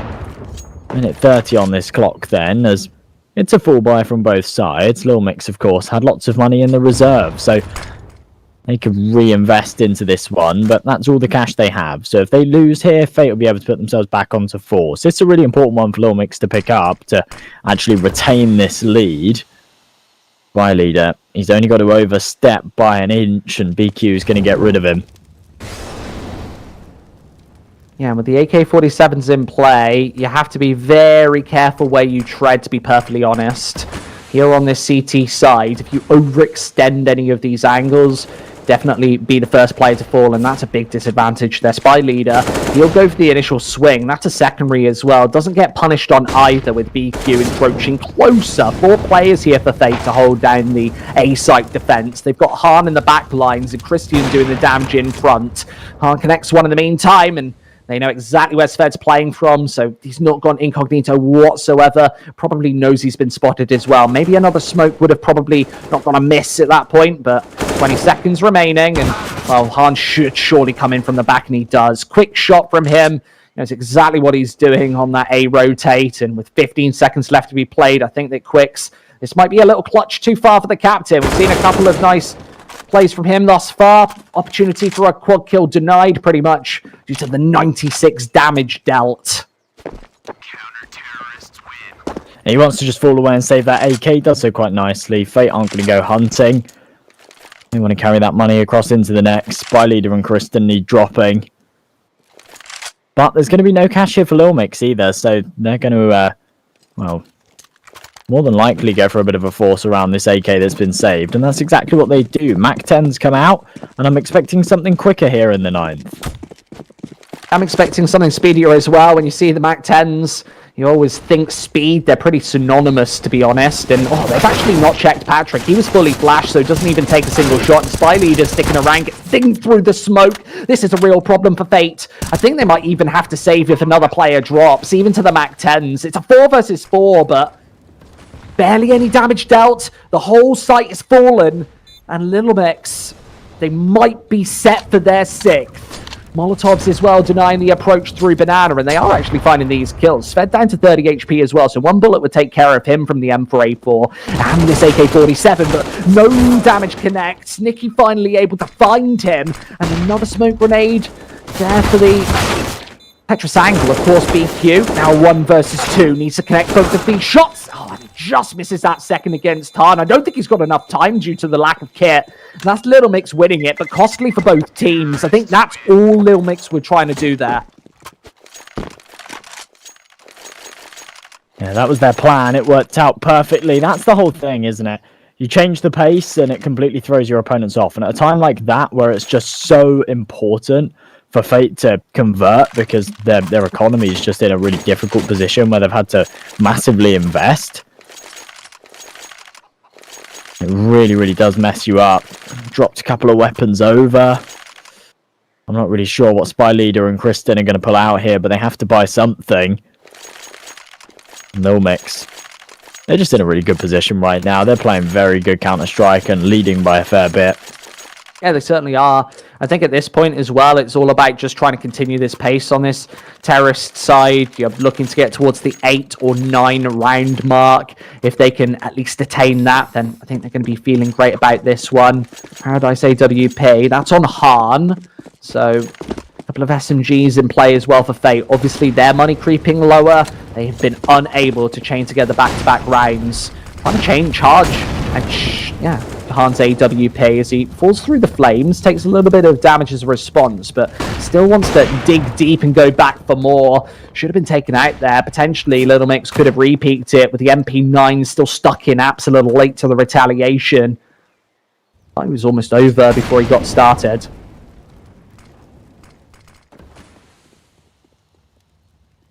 Oh, the SMGs, the FAMAS still in play here for Fate. And Lilmix, they're dancing around. Bowden, oh my, what a headshot to hit. And that's opened up this B site once again. Fate are making this mistake every single round, where mid-round, they're playing a single man towards B. And instead of playing it more passive, they're either getting aggressive over towards Banana. I know the whole purpose of that there is to jump spot, get the information, and then if you do spot out a man, then you relay it, you fall back to the site, and those rotations come in. But when you've got someone like Bowden who's going to tap your head mid-air, you just give away a bomb site. Yeah, and it's so unfortunate as well because you can never rely on your opponent actually hitting that shot. It's so startling when it actually comes through, and we obviously see it from Bowden's perspective. With the X-ray, it looks a little less nutty than it actually is. This will be 7-3, and Lilmix really starting to just chain together these rounds right now. This will be another convincing one with a lot of the rifles just ripped out of the hands of Fate. This has been a massively unsuccessful save. They haven't even gone towards this B bomb site, and they've still lost 4 players. Really weak on the defense once again is Lilmix. They're in an identical situation as before. Dust 2 was pretty much a one-sided fortress for Lilmix, and this one looking to be much of the same if this continues. It is looking very, very similar to Dust 2. Well, Nicky's saving that AK. If the rest of his teammates actually save successfully, then they have rifles going into this round. They'll actually still have 4 players to work with, and they could certainly justify reinvesting. But with only that one rifle being saved, everybody else just going to stick down to those pistols, and Bowden is just tearing them apart. This is definitely going to be an 8th here for Lilmix, and, well, Fate, they are running out of options here on their CT side. Bit of a double-edged sword as well. You need to get aggressive with those pistols. Obviously, you want to feel as good as possible in those scenarios and get aggro, find a kill or 2. Hasn't happened. They are probably going to get these pistols prized away from them once again as Isaac just doing the damage right. 8-3. Looking all too convincing. So we might get our first 2-0 of the day. That first one went to 3 maps. This one seems like Lilmix is really putting together the pieces. Oh, Han, last alive. Might be able to catch out one if Sved. Oh, yeah, he's looking the wrong way. Knife kill incoming. There we go, Han. That's a cheeky one. $1,500, but I don't think he'll feel too happy about it. They're trailing quite hard here. But he'll be happy to be able to take an AK into the next, and oh, by the looks of things, Lilmix aren't hunting too hard. They certainly don't have the bank that they had on Dust 2. We saw them building up 10k, a couple of players even on max cash within sort of round number 7, round 8. Here, that's not the case. The rounds have been a lot closer, but Lilmix still coming out on top in most of them. You know, I want to see, Jay, distraction tactics. I want to see players type in the chat, so the person saving has to type. I told you once about a LAN that we attended, and we were all fist bumping. The guy kills 4 of us. These are distraction tactics. Distraction. Okay, all right. I've never. No, I don't think I've ever done that. I've done distraction tactics. I've done these tactics at LAN where you try and well, did you send up a flare? Jaeger bomb pause and things like that. It's like, right, guys, pause. We're going to the bar, getting Jaeger bombs, and you buy the other team Jaeger bombs, and it's all just games. It's all just mind games, getting their heads. To be fair though, any team that you play against that accepts a Jaeger bomb pause is probably a team you don't have to be too worried about anyway. I think I can guess which tournament that is. Does it begin with eh? and then with Picklan. Yeah. Yeah, okay. Yeah, that one. Yeah. Love it. Always a lot of fun, of course. 1 minute 10 on the board, and Lilmix heading towards this A bomb site. Just BQ left on the assault. They're already heading over to B, by the way. Patrick, he seems to be aware of it and hasn't gone for the full rotate just yet. These fakes haven't seemed to work as much against Fate, just predicated off the fact that they haven't really been rotating too much. Remember that hard rotate incredibly late over towards the B bomb site? It's been working some of the time. Incendiary grenades just delay for a couple of seconds, and Quicks burns alive. Of course, Patrick finds one shot just to finish him off, and Bonamas is here also, and they can't contend with the boost. So lovely play there from Fate at the end of the round to secure their 4th, and this is basically identical to Dust.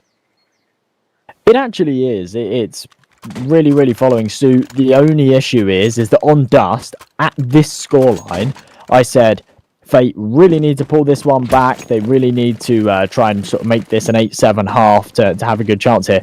And they didn't. In fact, it was quite the opposite. Lilmix won every round from there on out, and Fate just had a horrible, horrible time.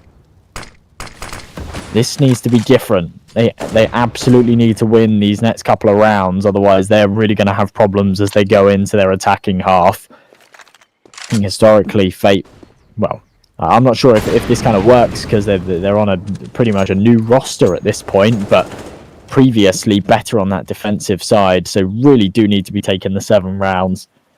Call this one even moderately good. That was the case all across the map pool as well, right? And Inferno hasn't been the most convincing affair recently, where the CT side, it's their better half, but they're not even netting 50% of the rounds, and the T side, less than 45%. So if you think this looks tough, then wait for the second half, ladies and gentlemen, because the statistics aren't massively promising. I've got to be honest, over the last couple of months. And Fate, if they can find a second wind, if they can get Han's AWP into the right positions, then there's absolutely an opportunity. If they can get this to 8-7 and their pistol as well, but with this push coming through and Patrick nailing nothing, even the Mac 10 just taking him down there, Quick's running and gunning. The nade over the top does no damage whatsoever. And Lilmix, they've already taken this B bomb site with no casualties. 25 seconds left to tap the digits in. They've got more than enough time. And when's it going down? Right about now, supposedly. Han has the angle, but with Quicks taking every single swing and Nikki right around the corner, this is all falling their way. A 2 versus 2. The M4A1S needs to pitch in now, and Han also has a good avenue of approach. Throws the smoke towards Banana instead of on top of that C4. So obviously doesn't want to go for the Ninja instead. Is BQ sped? They're both dead. It's Fate's 5th, and somehow they get back into that B-bomb site. Well, they seem to thrive in those B-bomb site sort of 2v2 retake scenarios, and I think that's kind of off the back of Han coming in, finding those shots. It's just about isolating those fights, isn't it? And making sure that you don't allow your opponents to get you in a position where they can double swing or anything like that. That's going to be perfect for Fate. That's absolutely what they needed. That round there has broken the economy of Lilmix. This is almost definitely going to be a 6th for this Fate side. And that's what they need. 6 rounds here, it's acceptable. 7 would be good. And they're on track for it. Beautiful nade kill just to kick things off as well. Yeah, that utility damage certainly stepping up in the meantime. I think that Fate, you've got to kind of draw attention to it as you just did, that this is all off the back of Han, right? All of those impact frags. I know that Nikki isn't lagging on the scoreboard, but Han certainly isn't. He is basically riding a 2 KD going into the last couple of rounds of the half, and a lot of the time on those B retakes as well, which is notoriously difficult with an AWP, but he's making it work anyway. Quick's fast shot, but needs a lot more if they're going to get this done with the pistols. Salvage Mac 10 as well, so not all too much to play with. Of course, Patrick, he is actually just sticking around here on Banana and shouldn't go down here. Of course, he's being chased away, but no bomb on his back, and Quicks is going to have to go back for it, and caught with reloading, and Nicky's going to finish him off. That's 6. This is literally exactly what happened on Dust.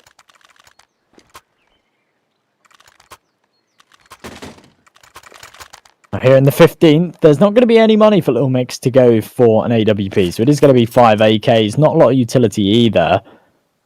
I suppose Bowden buys up some at the end, so it's not terrible. I do want to see something a little bit quicker, though, because these guys are so strong when they do just play to their strengths.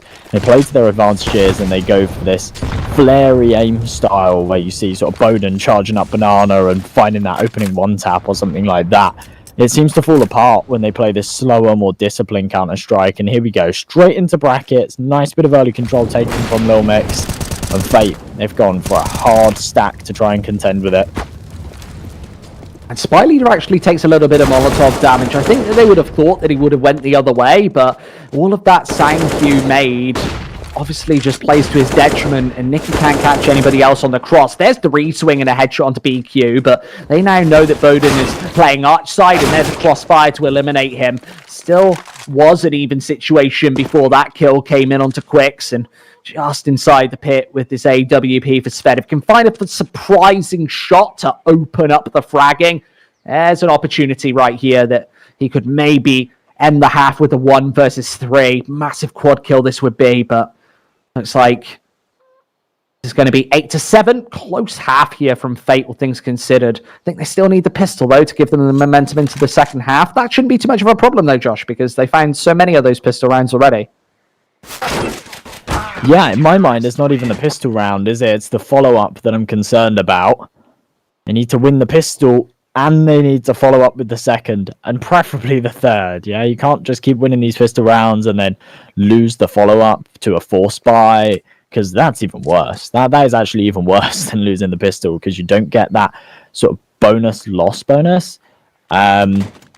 So yeah, this is an important one for Fate to take and follow through with. Lilmix now on this defensive side. I'm interested to see what they can do. They've got this kit in hand. They've got this utility on Bowden Master. It's looking like Isaac's going to go for a fast mid pick.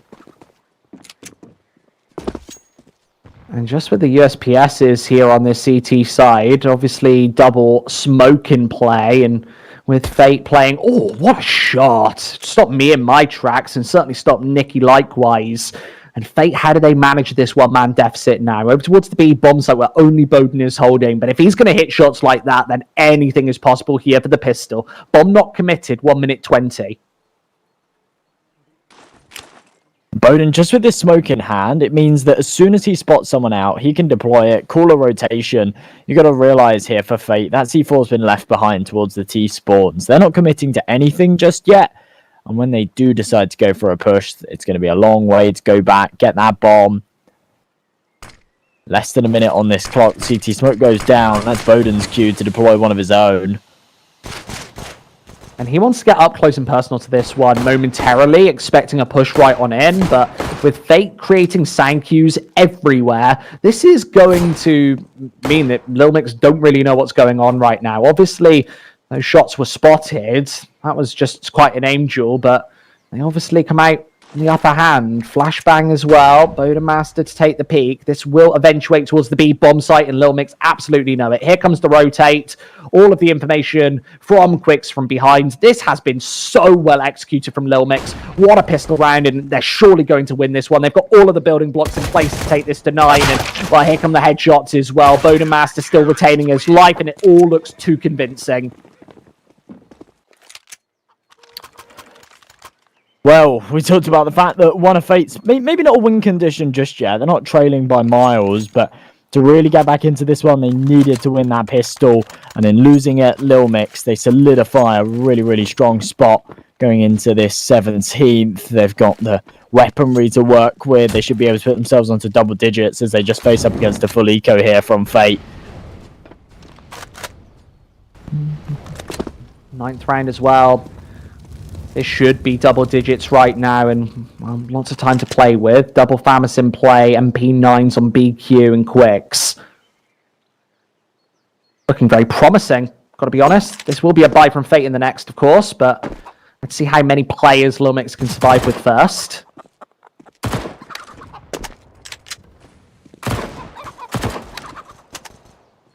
Just about trying to get these frags to those MP9s, isn't it? And just build up a little bit of money. Try not to lose these rifles. That's really the main goal here. If they can carry that M4 and the FAMASs across into the next, that would be superb. They're happy to drop these MP9s, I'm sure. But they don't want to lose too much just to this eco. And Well, right now, they're not doing so. Beautifully handled over towards the top of mid. The rifle is just disposing of this eco. And the last man in the form of Patrick's going to get a jump shot by Quicks. That's going to be the 10th on the board for Lilmix as they want to extend this one further.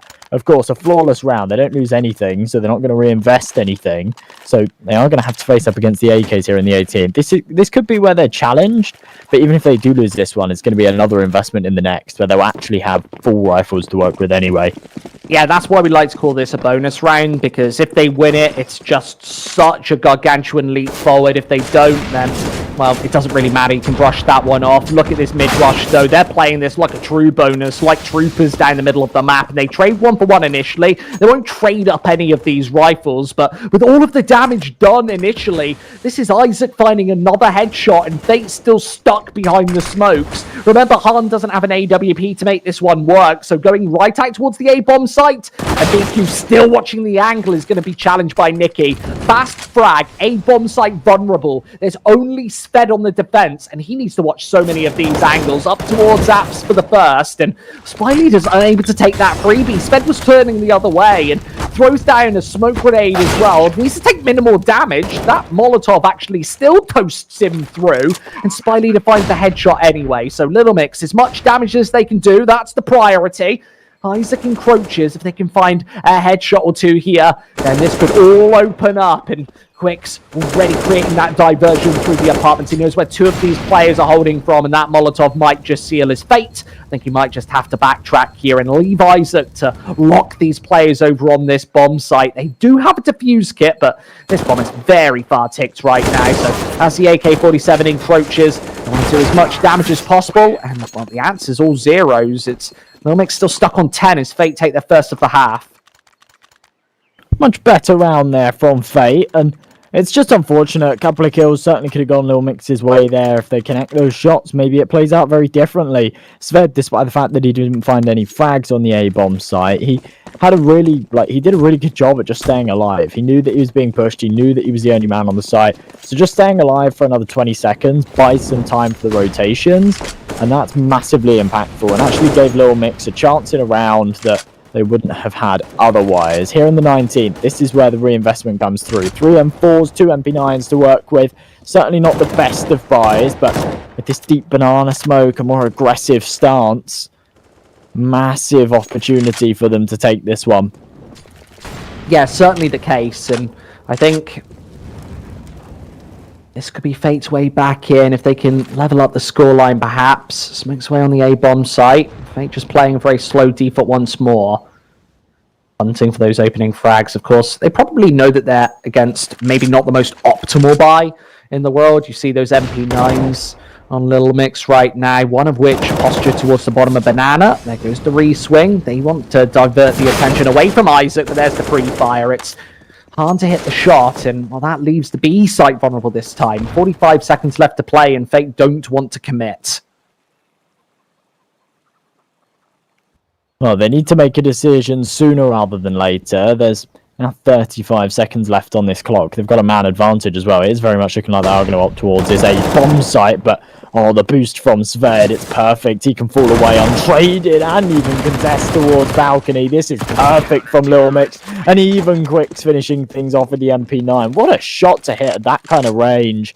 That's 11 on the board for Lilmix. This is fantastic. And it's all down to that crossfire on the A-bomb site. You see it come through once again, and Fate look discombobulated when it comes in. Nobody really knows where to look, and that's all down to that kind of experience and team play that they don't have without Blocker on the roster, of course. When you're playing with a newer form of players who don't have as much of that experience in the Bulgarian scene. Of course, there's lots of talent to go for. You can obviously dig your name down there, or dig your finger down the list of the rosters over the years, of course. Obviously, all the way back to those E-Frag days.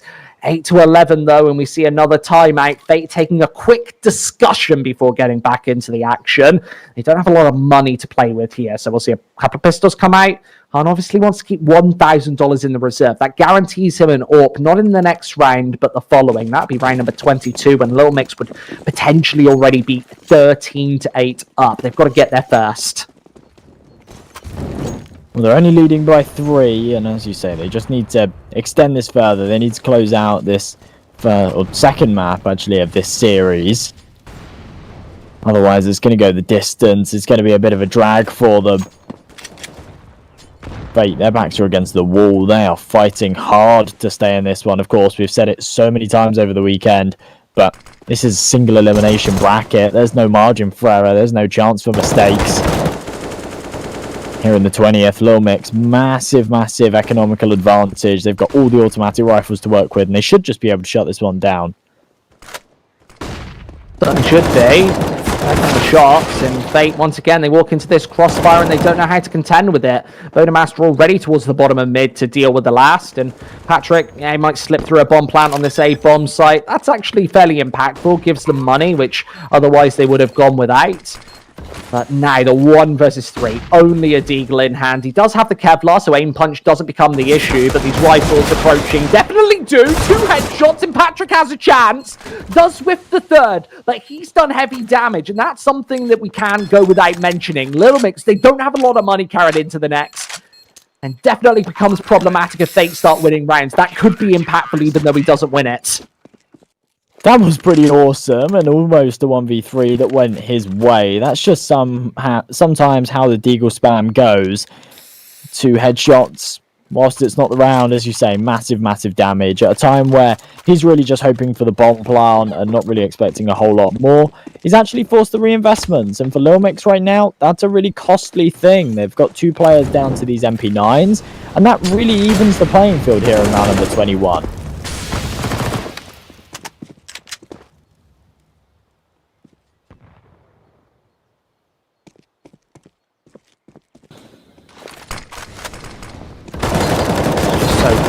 Deadly, isn't it? See them trying to push through that smoke against Sved, and he's not going to backtrack before he falls to low HP and uses all 30 bullets into the apartments. All 30. And to be honest, mostly connecting them as well.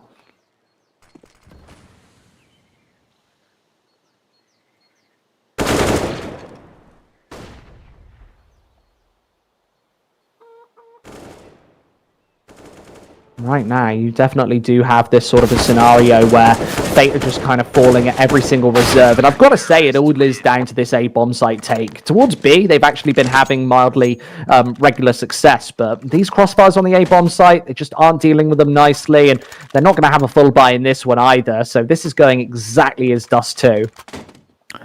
Very much looking like a 14th here for Lilmix. It is going to be a bit of a half buy from Fate by the looks of things. In fact, it's more of an eco than I thought. No, a little bit. Oh, wow, this is like really undecisive. They're still in spawn, still buying. Han's just gone back and bought something else. Definitely shows that they're undecisive about what to do right now. There's a real lack of consensus on how to play out these rounds. They've gone for a bit of a half buy. Of course, they have this loss bonus to work with too, so they will still have a full buy going into the next. They just have to be careful. They have to make sure Han's got enough money for that AWP. They need to make sure they all have enough money for the util. They also have to not get caught out by this aggression. And Isaac, well, he is just going to continue to punish. Yep, ultimately just very convincing. Bomb dropped as well. The round definitely doesn't hang in the balance any longer. There's a Lilmix. We'll take a 14th, but how convincingly? They've got a couple of pistols to fend off and wanting to concede minimal damage in this scenario. Isaac, yes, he's got this banana angle fully posted and another headshot as well, just showing the confidence there from the man. 14-8, that was secured, but all 5 surviving for Lilmix is the key factor. 14-8, 6 in a row needed for Fate here to actually close out this scoreline. It's not impossible by any means, but right now Lilmix are just looking like the better side. All of these defenses have been rock solid. And every man stepping up at different points as well. It's not just like one player's popping off and doing all the work. Every single player on this Lilmix side is pulling their weight. This is such a group effort. Right now it's looking like they do want to try and bombard some utility over towards Banana. That might be the right answer. Certainly should have been. Patrick, that headshot, that is certainly one answer that you can come up with at that point. But Bodemaster, also tappity tap, only nails the first before Patrick takes him to task. He's going through the smoke for another one and lines that up perfectly. Quicks eviscerated. And Fate still haven't made their mind up. Finally, the bomb going through to that B site. That'll be planted, and Lilmix might just decide to save this one. Remember, they've got a bit of money built up on Isaac and Bodemaster. Sved as well has 5k, so enough for a buy in the next regardless. But carrying the AKs through, couple of one-tap premium rifles, definitely been benefiting off of them. I know that Lilmix love the T side, so partly due to the AKs. This is definitely going to be a save here for Lilmix, despite the fact they have got money behind them. They want to carry those rifles across, those AKs. And, of course, BQ and Quix's money isn't great either. So, carrying across these rifles definitely evens out the playing fields, even out the economy a little bit. And it's going to be 9 for Fate, of course. Much better round, but it really does come all off the back of Patrick. In fact, solely Patrick. He's the only man that found frags that round. 3 kills towards B, and that just completely opens up the site that they got that bomb down on.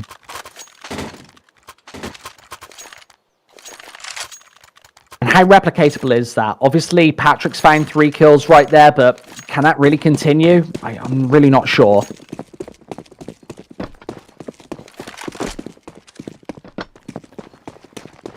Well, Fate. This gap is definitely closing. They are certainly looking like they could pull this one back. They're only trailing by 5, and oh wow, the damage through the wall. That's not a good start for Nicky. No, certainly isn't. And back towards the B bomb site, tail tucked between legs. They've got 53 HP between the two of them. Doesn't really work out when you're trying to hold off against 4 or 5 Fate players. Both of these members within one-tap range to a body shot from an AK-47 at mild range, medium. In fact, it's at 1 minute 10, and this nade surely shouldn't do nearly as much damage. No, want to find Nicky in that scenario, but the AWP retains its life. I'm sure it would have went back to Han, but low HP, you want that AWP. Isaac, he's got this head glitch angle and nobody on the boost. It will get just spammed through, and he wants to make his way through the smoke. 2 kills could be a possibility. As Quick finds 3, he was low on HP, but he's doing everything on B. Another one through the smoke as the AWP gets annihilated, and Christian versus the world, and he is surely going to go down sooner rather than later. Is Lilmix, they're going to be feeling it right now. Puts in his best attempt, but he's no Quicks. It's 15-9. Match point here, series point I should say, and this is certainly looking pretty impressive for Lilmix. They're not having any trouble closing. You see so often some of these teams, they kind of have a good start, then it comes back and they just have these real issues with actually finishing what they started. Lilmix not having that issue whatsoever. They are just really showing what they're made of. I'm excited to see them move on to the semi-finals as long as they can close this final round. Finding that headshot, certainly not a guarantee. AK through the smoke does some damage, and Sved with 2 in the meantime might be doing even more. They walk into BQ's crosshairs. So that's another instant frag found as Nicky wants to go between the B bomb site with Bodemaster as the sole defense, low on HP with the AWP. Wants to find that first, and maybe through the smoke is the way to get the job done. They jump right over that crosshair. And now, 2 versus 3 to try and finish off this map for Lilmix. They've got every opportunity of taking this one down. Both players low HP. Molotov doesn't stretch onto Spy Leader, and Nicky going for the long rotate round the back. Spy Leader needs to stay alive for a couple of seconds at least here. He's at the back of this B bomb site, but goes down before Nicky can be impactful. I feel like that is a massive lack of communication there from Fate. He needs a couple more seconds because this defuse surely is already going to be happening. He does spot the gun barrel, and there isn't the first shot. BQ gets the 90-degree flick, and it's going to be 16-9 as that's a 2-0 right there. Our first of the day, I might add. And in a match that I really wasn't expecting, like, I'm not sure what I expected from that Fate Lilmix matchup. On any other day of the week with the old Fate roster, I'd say that should have been Fate series for the taking all day long. Maybe it would have been a close one. Maybe it would have gone to 3 maps, but they should have still come out on top. With their recent slump, with their recent roster changes, I did think, yeah, there's a real opportunity here for Lilmix to take this one. But was I expecting them to take it in a 2-0 fashion? And was I expecting them to take it so dominantly? Absolutely not. That was a fantastic performance. I'm very impressed. Yeah, I'm really impressed as well. And, well, congrats to them. They're going to the semi-finals, Lilmix. I don't think we were expecting that when we looked at these groups yesterday, as we looked at that system. Obviously, we've got more Counter-Strike coming up. You're watching the Europe Development Championship. Of course, we've got Winstrike versus Gamer Legion coming up next. All of this action brought to you by Gaming Malta. As always, a home of gaming excellence. We're halfway through day 2 here for the wild card, so we'll see you after the break.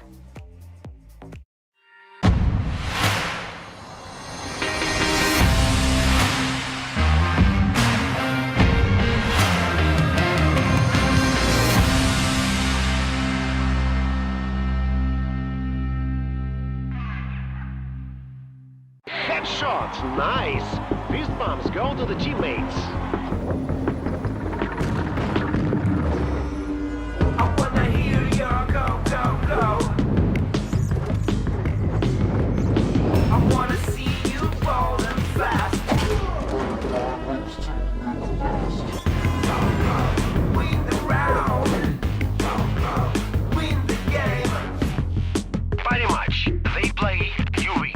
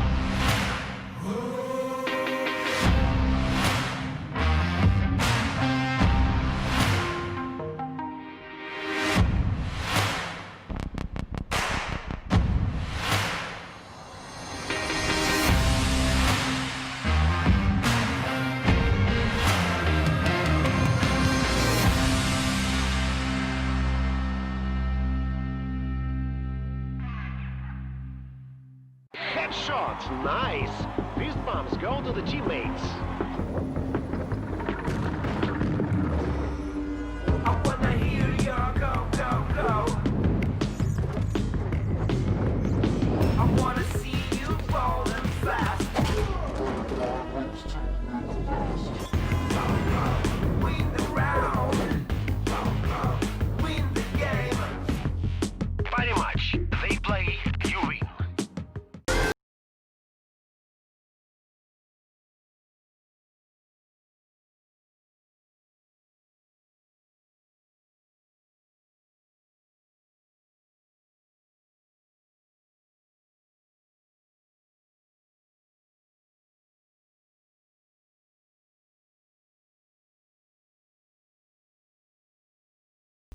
Welcome back, everybody. You're watching the European Development Championship. We're here with the wild cards. We've got another series of Counter-Strike coming. Long day today, of course. We've obviously got Winstrike versus Gamer Legion for this third. Really interesting one, I think. I think I always say that, to be perfectly honest. But this one genuinely is this time. I believe it. We've got, obviously, a best of three coming once again. Let's crack right into these rosters. Joshua.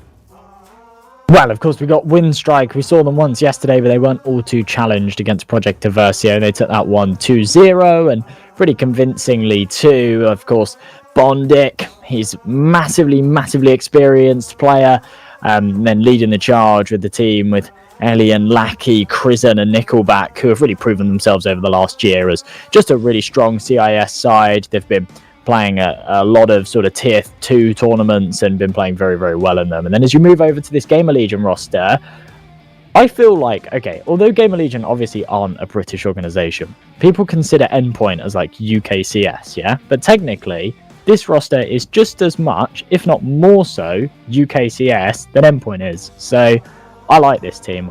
These guys excite me. We've got to take the UK flair when they come, when we get them, I think. And I think realistically, Endpoint, exciting team, obviously just qualified for ESL Pro League maybe yesterday, day before. Very good performance, obviously. Sadly, we don't get to see them in this qualifier. Maybe, hopefully, later in the tournament, perhaps. Obviously, we will mix and match those teams as we get into EDC 1. But yeah, there's your second roster on the screen. Gamer Legion, obviously, taking on Winstrike for this one. We obviously go to train first. Maybe it's not obvious if you haven't looked at the vetoes yet. But this one, I think, is a little bit up in the air and dependent on what Gamer Legion actually bring to the table. Because I feel like they are a bit of a streaky team. They kind of remind me, they're a little reminiscent of the Lilmix side that we just saw. Already qualified for the semi-finals, by the way. So definitely not a slight, where sometimes they hit, sometimes they miss. Absolutely. And well, looking at those parry match odds, Winstrike the firm favourite going into this one. I do feel like I haven't actually had the chance to watch this Gamer Legion roster since Dobbo's appearance in it. So, of course, Gamer Legion used to have Mezzi, who, if you follow Counter-Strike at all, would have seen a couple of months ago that he was picked up by that Cloud9 Colossus roster, who, I don't know, haven't really been having a fun time over the last couple of months, have they? But very big step for him. And in his place, they actually picked up another really young, flary UK talent. That's the form of Dobbo. I'm trying to think how old Dobbo is. He's young. He's like 17, 18. Really talented young player. But I'm not sure how he's integrated into this Gamer Legion roster. This is obviously a new big step for him. All led under Coach Ash as well, who's a really nice, experienced UK coach. He's had plenty of time coaching Vexed and being with some of these players. So it all just comes down to how well Dobbo's integrated and how much room he's given to really work his magic. Yeah, I think that's really important there. By the way, those odds were on your screen. Obviously, there are banners below all the way through this series if you're ever wanting to go bet on any of this action. We're already getting into the pistol round in the meantime, though, so check those banners out if you want to bet on any of the series that we've got coming up throughout this entire tournament. Gamer Legion Winstrike going live. Already kills taking place between Lackey and Era, both going down on their respective sides. Usually favours this terrorist half. Two really snappy one-taps as well to kick things off. And another one coming in from Rusty. Man advantage here for Gamer Legion. It's very, very slow stuff, but Windstrike out on this B-bomb side. They've got a lot of leg room to work with. Adam really needs to connect these shots and tapping away. Can't find it. Drops to Bondic. Now a 3-on-3 with this C4 down. And Windstriker in a good spot. The flank is fully on its way and already burrowed in towards heaven, and with Glocks at long range, they're not usually the best weapon to bring to the party. I would prefer, well, maybe a big birthday cake to throw at your opponents. Nickelback, quick, fast frag there is... Oh, they are trading left and right. Rusty misses that shot. That would have put him into a 1 versus 1, and maybe even with Nickelback engaging, he would have been able to find this, but no kit, no chance. It's Nickelback to finish and Windstrike 1-0. Obviously, they were favourites coming into this series, and I think after a pistol victory, that's just going to extend that further. Absolutely, yeah. The very start of this one, the favourites, and Gamer Legion, they had a fantastic start to that pistol. I did really think that they would maybe pull that one through, but Windstrike, as soon as they got onto that B-bomb site, they just found all of the kills, and a double from Bondic really, really boosted them into that position where they were just able to close it. Triple scout setup here for Gamer Legion going into the second. They're looking to try and strip away this round from a distance. A 4-man stack towards this A site. Adam just solo defense on B. He's going to deploy a smoke as soon as he spots a man, but actually holds on to it for a little bit longer. They want to try and bounce back here. Windstrike just not giving them the room to do so. Couple of money nades. Obviously, that one onto the A-bomb site is something that you'll see Gamer Legion throw in majority of these rounds, to be perfectly honest. It's quite a high-impact grenade, and I love that bait and switch from Lackey. You can obviously see the cogs turning on this Windstrike team, and that's going to activate the push onto this pointy letter. The scout does connect with the shot, but it's damage no frag from either player, as Lackey also runs out of ammo in the meantime. He's caught between Ivy and needs a little bit of support from these rifles, but he's not going to get it. Elian drops to the scout as these snipers are doing sensational amounts of damage. Gives Era the confidence to peek to his demise. Remember, the triple sniper setup isn't always the best weapons to have in these scenarios, especially if the bomb drops down. Deagle and scout remaining. All of the damage dealt. Hooch the only player on full HP in the full server. And it's all down to Adam to draw this scoreline level. Desert Eagle in hand. Popular one as well. People love the print stream, but he needs to hit the 1 Deeks here. Needs to connect this first shot. Maybe under that bomb train could be the way to go. Oh, sensationally close onto Hooch as he wants to engage into this scenario. Both players very low on HP. As he tries to go for the tap, it's not going to frag Bondic. And the experienced veteran is going to finish off the second. By the way, there are your paramatch odds. Windstrike firm favourites. That's only extended as of the 2-0 lead. Remember, banners down below if you want to take advantage of that €25 deposit bonus. That is a really interesting one. Those odds massively shifted since the start. I know that's for the map, and the initial odds were for the entire match, but Windstrike, massive favourites to take train here. Of course, this is their pick. Gamer Legion, they've definitely put up a strong fight so far, just with the USPs to work with. I'm not sure if they'll be able to do a whole lot in this one, and the MAC-10 still in play, should just be able to tear them apart. Yeah, chewing through them like bubblegum. Easy round, all things considered. Zero last alive, and he is knocked down to 0. 3-0 for Windstrike. Very convincing performance thus far. This is where they might be challenged, though. The rifles come to fruition. It won't be the double AWP setup, I presume. Dobbo is going to pick up that M4A4 as well. You won't be seeing Gamer Legion go for double snipers a lot of the time, but obviously Era, he's going to be that primary sniper for today. Your bubblegum analogy is just giving me a craving for Hubba Bubba. I used to eat packets of it, and I haven't had it in 10 years. Bubblegum is good. I'm a bit of a chewing gum addict, to be honest. Not really bubblegum, though. Nothing fruity for me. I guess you get your 5 a day from bubblegum. Yeah, it always says that, doesn't it? I doubt it actually does it, but... Oh, very quick, messy engagement. Somehow Rusty finds a simultaneous kill with the rifle and the nade. It's going to bring things back into a 3-on-3. Strike. Oh, they're still just picking apart these defenders, and that's going to open up this B site. Dobbo should get the rotation just in the nick of time to potentially deny the plant, but with that Molotov in place, oh, he's run right through it. This is very dangerous. Yeah, and having no idea that Hooch was playing up close and personal, but fragging anyway through that smoke. Obviously, Winstrike, the numbers now level. As the AWP connects with that leg shot, Elian right through the wood, taking down to 34, and Era's going to be here just in time for the cross to come in. Winstrike, they don't have any smoke grenades, so how are they going to get past Era's AWP? They need to rely on him missing a shot.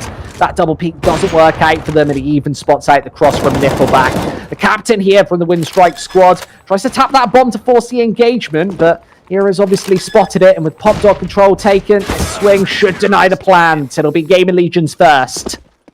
That's played pretty perfectly from Gamer Legion there, and yeah, even Dobbo just gets himself in a perfect position to make sure there's absolutely no way that that round converts. Of course.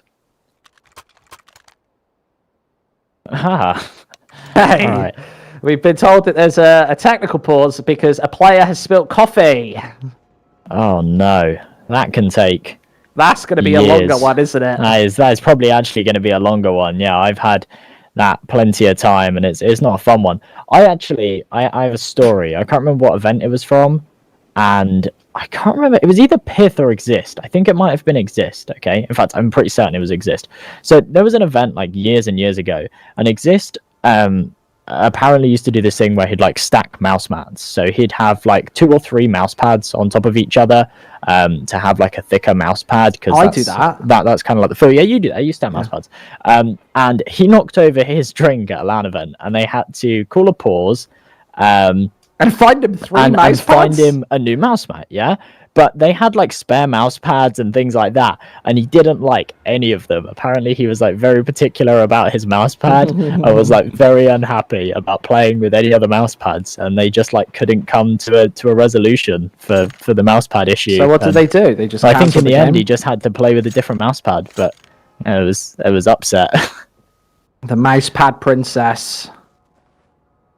Mousepad princess, yeah. You put a P.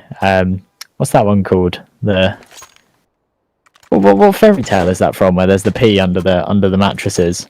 Oh, I don't know. As we worked out yesterday, I can't remember what fairy tale I tried to. I think it was a Rapunzel or a Goldilocks. Goldilocks. I'm not very good at my fables, my fairy tales, my Aesop, and all of my little short stories.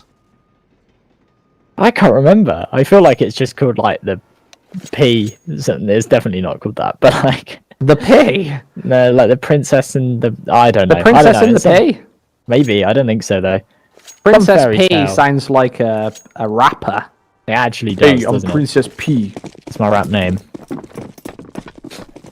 Be Princess E. Princess P. I just wear gold. Gold. I wear pink FUBU tracksuits. That's all I wear. I just and a tiara. Is FUBU a thing in the UK? No. I think that was a 90s American thing. I don't even think it's a thing anymore. All I know from FUBU is it's the guy from the American version of Dragon's Den. It's the Shark Tank guy. Oh right. Made FUBU. Did he? Oh. Yes. There we go. Fun fact for the day. Don't say that you're not educated, folks. I'm here bringing you all of the fun FUBU facts. I'll be back next week with another one. 70 seconds left, and Gamer Legion actually finding these initial frags. Winstrike now pressuring in, and behind these smokes, not going to spot out Rusty. Round already looks over at the minute mark. 5 versus 2. Bondic tries his best to move his way out, but leaves the AWP on his lonesome. It's Alien versus everybody on the server. This might be a flawless round for Gamer Legion if he's not careful, and surely with this flank in place. Oh, does spot out the shot. Dobbo drops, and I feel like that always happens, Josh. Yeah, it definitely does. And oh, look at that error. Just wants to get it finished. He's just like, right, I know where you are. I'm just going to peek you. I'm going to use this AWP close range. Gamer Legion, they're really back into this one. This hasn't been an early stomp here from Winstrike. Obviously, massively favoured to take this map. They're on the T side, and it is train, so you don't expect them to just like completely snowball, of course. 3-2 right now is definitely a good scoreline, especially if they can take the next bye. But Game Legion really keeping this one in contention, and as they start to build up this bank, they have more rounds like the last where they keep 4 players alive. They're really getting a nice foothold here on train. Yeah, and here with the AK-47s as well in hand on 3 players, should be a very convincing round against the unarmoured pistols. A couple of Glocks in the mix as well. You see one on Bondic at least. Does Eagles as well need to connect with some headshots here? Hooch obviously keeping a lot more money alive instead of dropping over the Deagles. Obviously prioritizing that AWP for Elian, of course, going into the further rounds. Something that Windstrike is going to rely on to crack open these bomb sites. Remember, big CT sites for Windstrike, so I don't think that they need many rounds on this terrorist half. Maybe 4, 5, 6 could certainly be good enough. 4 defenders holding towards this A-bomb site as they just face up against these Deagles. Error about to peek into the angle. Not quick enough to the punch though. Lackey's able to take out Dobbo. But in the meantime, the CTs are just finding all of these kills. These AKs doing a lot of work. That's just how dangerous they are when you have them in the hands of the CTs. And Elliot all by himself. They managed to find themselves 2 kills, which considering that was effectively an eco with just a couple of pistols, that's not too bad. Now it's going to be the buy here for Windstrike, and this is the round that they really want to try and win. If they lose this, Gamer Legion can really take the lead, probably go 5-3. That's where they start to have some problems. I want to change my mind, Josh. 4 rounds, definitely not good enough for Windstrike. Somebody called me out in the chat, and now I feel very, very bad. What did they say? They just said 4 rounds enough. Grr. Right, okay. I was expecting something a little bit more. But he's right. He is right. Yeah. I just said something. I just rambled. It's a bit, yeah. No, I agree with him. Grr. That was bad, Squid. You got, I'd say 5, maybe acceptable. 6. That's enough. 6 is enough. 4's not enough. Yeah, I definitely agree. I think it's a fine line on this T side, especially as to what you're looking at. And Windstrike, they definitely could pull it back with 4 rounds, but you're heavily dependent on the pistol at that point. And well, they've got a lot more rounds to utilize. I think if this does go to 11-4, means that Gamer Legion pretty much have to win every single round from here on out. If this was maybe a 6-0 start and we were looking at 4 for Windstrike, then maybe that would look a little more acceptable in perspective. But well, these rounds going firmly Gamer Legion's way, and you just see 4 versus 4, but that doesn't tell the whole story, does it? You look at the HP on some of these members, and despite that quick trade from Lackey, still looking a little bit dismal for Windstrike, because I think that with the bomb on this A-bomb site, any fallback options pretty much prevented. Gamer Legion still with 3 players on the same bomb site, though. They've read the rotate perfectly, and even with Bondic in the back line, he's only got 8 HP between him and Elian to get the job done, and surely he walks into this crosshair of Adam. Fast frag, Gamer Legion should take the lead off the back of this, and it's time to save that AWP, I think. Yeah, I reckon so too. Elian just falling away with that one. It's interesting to see, even in a scenario like that, where Bondic's on 1 HP, and you've got low HP players, it's still the headshots. Yeah, Bondic had 1 HP. You could have thrown a flashbang at him. You could have shot him in the foot. But as soon as he peeks around the corner, Adam puts an AK bullet straight in his head. The HP is irrelevant at that point. These parry match odds come up once again. Windstrike, they're still the favourites to take this map. But my goodness, has that shifted? What do you think of that, Squid? We're only 8 rounds in. And it's still pretty even Stevens, but all of a sudden the betters aren't fancying their chances anymore. I think that that's very peculiar, to be perfectly honest. Maybe if Windstrike, you're taking a couple of those rounds back-to-back, losing that first rifle round's never where you want to go. I still think that Windstrike have this one in the bag. Obviously, slight favourites according to the Paramatch odds, but I don't know. That's a little bit awkward and a massive shift considering it's only 4-3. This is Windstrike's pick as well. They've got to play their CT side, so we've got to see, well, obviously, how many rounds they net. But 5-6 rounds, I still think that maybe they wouldn't be favourites at 10-5, but taking a pistol round as well, I would certainly put them favoured after that. Yeah, I mean, you often say the betters are very fickle. I don't think that's the right way to bet, but I mean, yeah, it's just what we see, isn't it? It's just every time whoever wins the pistol round, load of bets get placed on them. And I suppose if you look at the data over long periods of time, there is probably some kind of correlation to team winning the pistol round and then converting it more often, something like that. Not too sure. Either way, Gamer Legion looking like they should just be able to quite comfortably take this round number 8. Everybody on pretty much an eco besides Elian, who obviously had that AWP, and Lackey, who overinvested a little bit. I'm not too sure about that one, but Nonetheless, I think Elian's just going to try and go for another save here. He wants to bring that AWP into the next. They're not going to be able to afford another one. Well, we've got to be honest, Josh. I have a little brain in diameter, very, very small, and there is big data, obviously, controlling those odds. People with big brains making big decisions on big numbers, lots of decimal points, lots of spreadsheets. So smarter people are coming up with this than me. Tell you that much. Oh yeah, definitely. I never know, because obviously it always works differently. Every place has a different kind of way of doing things. Whether the odds shift based on the actual players, not players, like the actual people betting. So when people play, so bets, I know the odds shift on that, or whether it's actually the site that controls it. I know. So basically what they do is they roll 5 dice, and then they pop the number up. Oh, right, yeah. Confirmed. They not spin the wheel. Spin the wheel, what are the odds going to be today? That's how I would do it. I just it wouldn't be based on anything. Your site would lose a lot of money. Well, remember, I got maybe like 15 predictions in a row wrong the last tournament that we did. So it would statistically be much, much better just to roll some dice. I'm sure he's not watching, but the last tournament I did with Cody Casts, and we had a predictions graphic before each game, he got every match of the tournament wrong. Every match of the whole tournament? Yep, it was like a recurring thing. Just every single match, he got every match wrong. At that point, you've got to be doing it on purpose, though. You've got to purposely be betting on like the 10-1 underdog and say they're definitely going to win. Maybe Cody Casts is a corporate shill.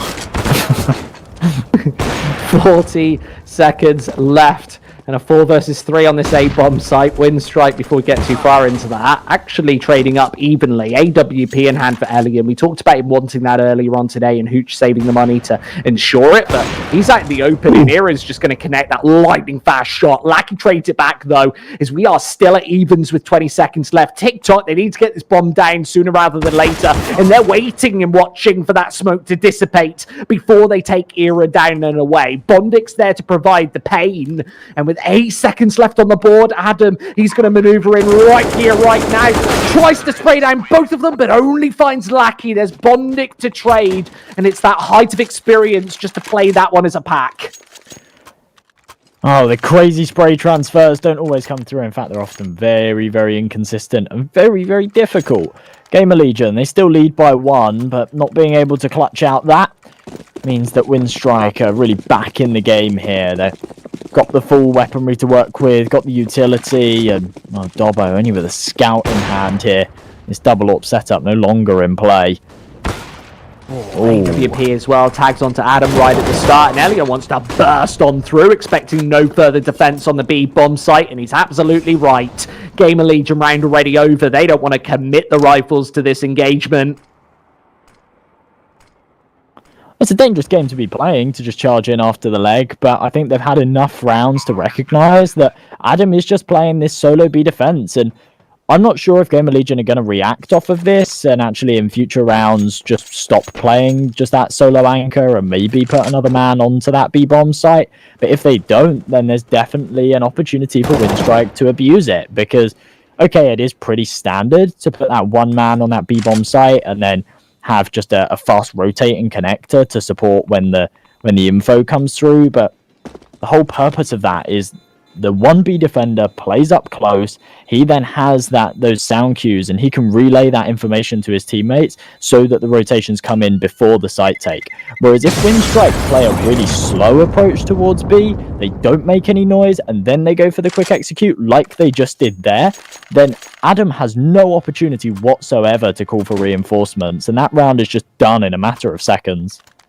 I'm really liking what we're seeing from Winstrike right now, if I'm perfectly honest. They've had a massive change of style over the last couple of months. Since the days of Hobbit being the in-game leader and taking the reins, obviously now they have Nickel back through the ranks. You would have thought that Bondik would be leading the charge in that department as well, but Perhaps not. Seems like Nickelback, he's been the in-game leader for some time and actually dictating a lot of the pace, especially for those T sides, knowing when to put in that pace and aggression. We saw that double Molotov into Pop Dog earlier, which I briefly commented on, followed by the Mac-10 just running and gunning out of A main with the smoke placed as well. That's one of those abusive setups which guarantees you a frag if there's anybody from Gamer Legion holding in.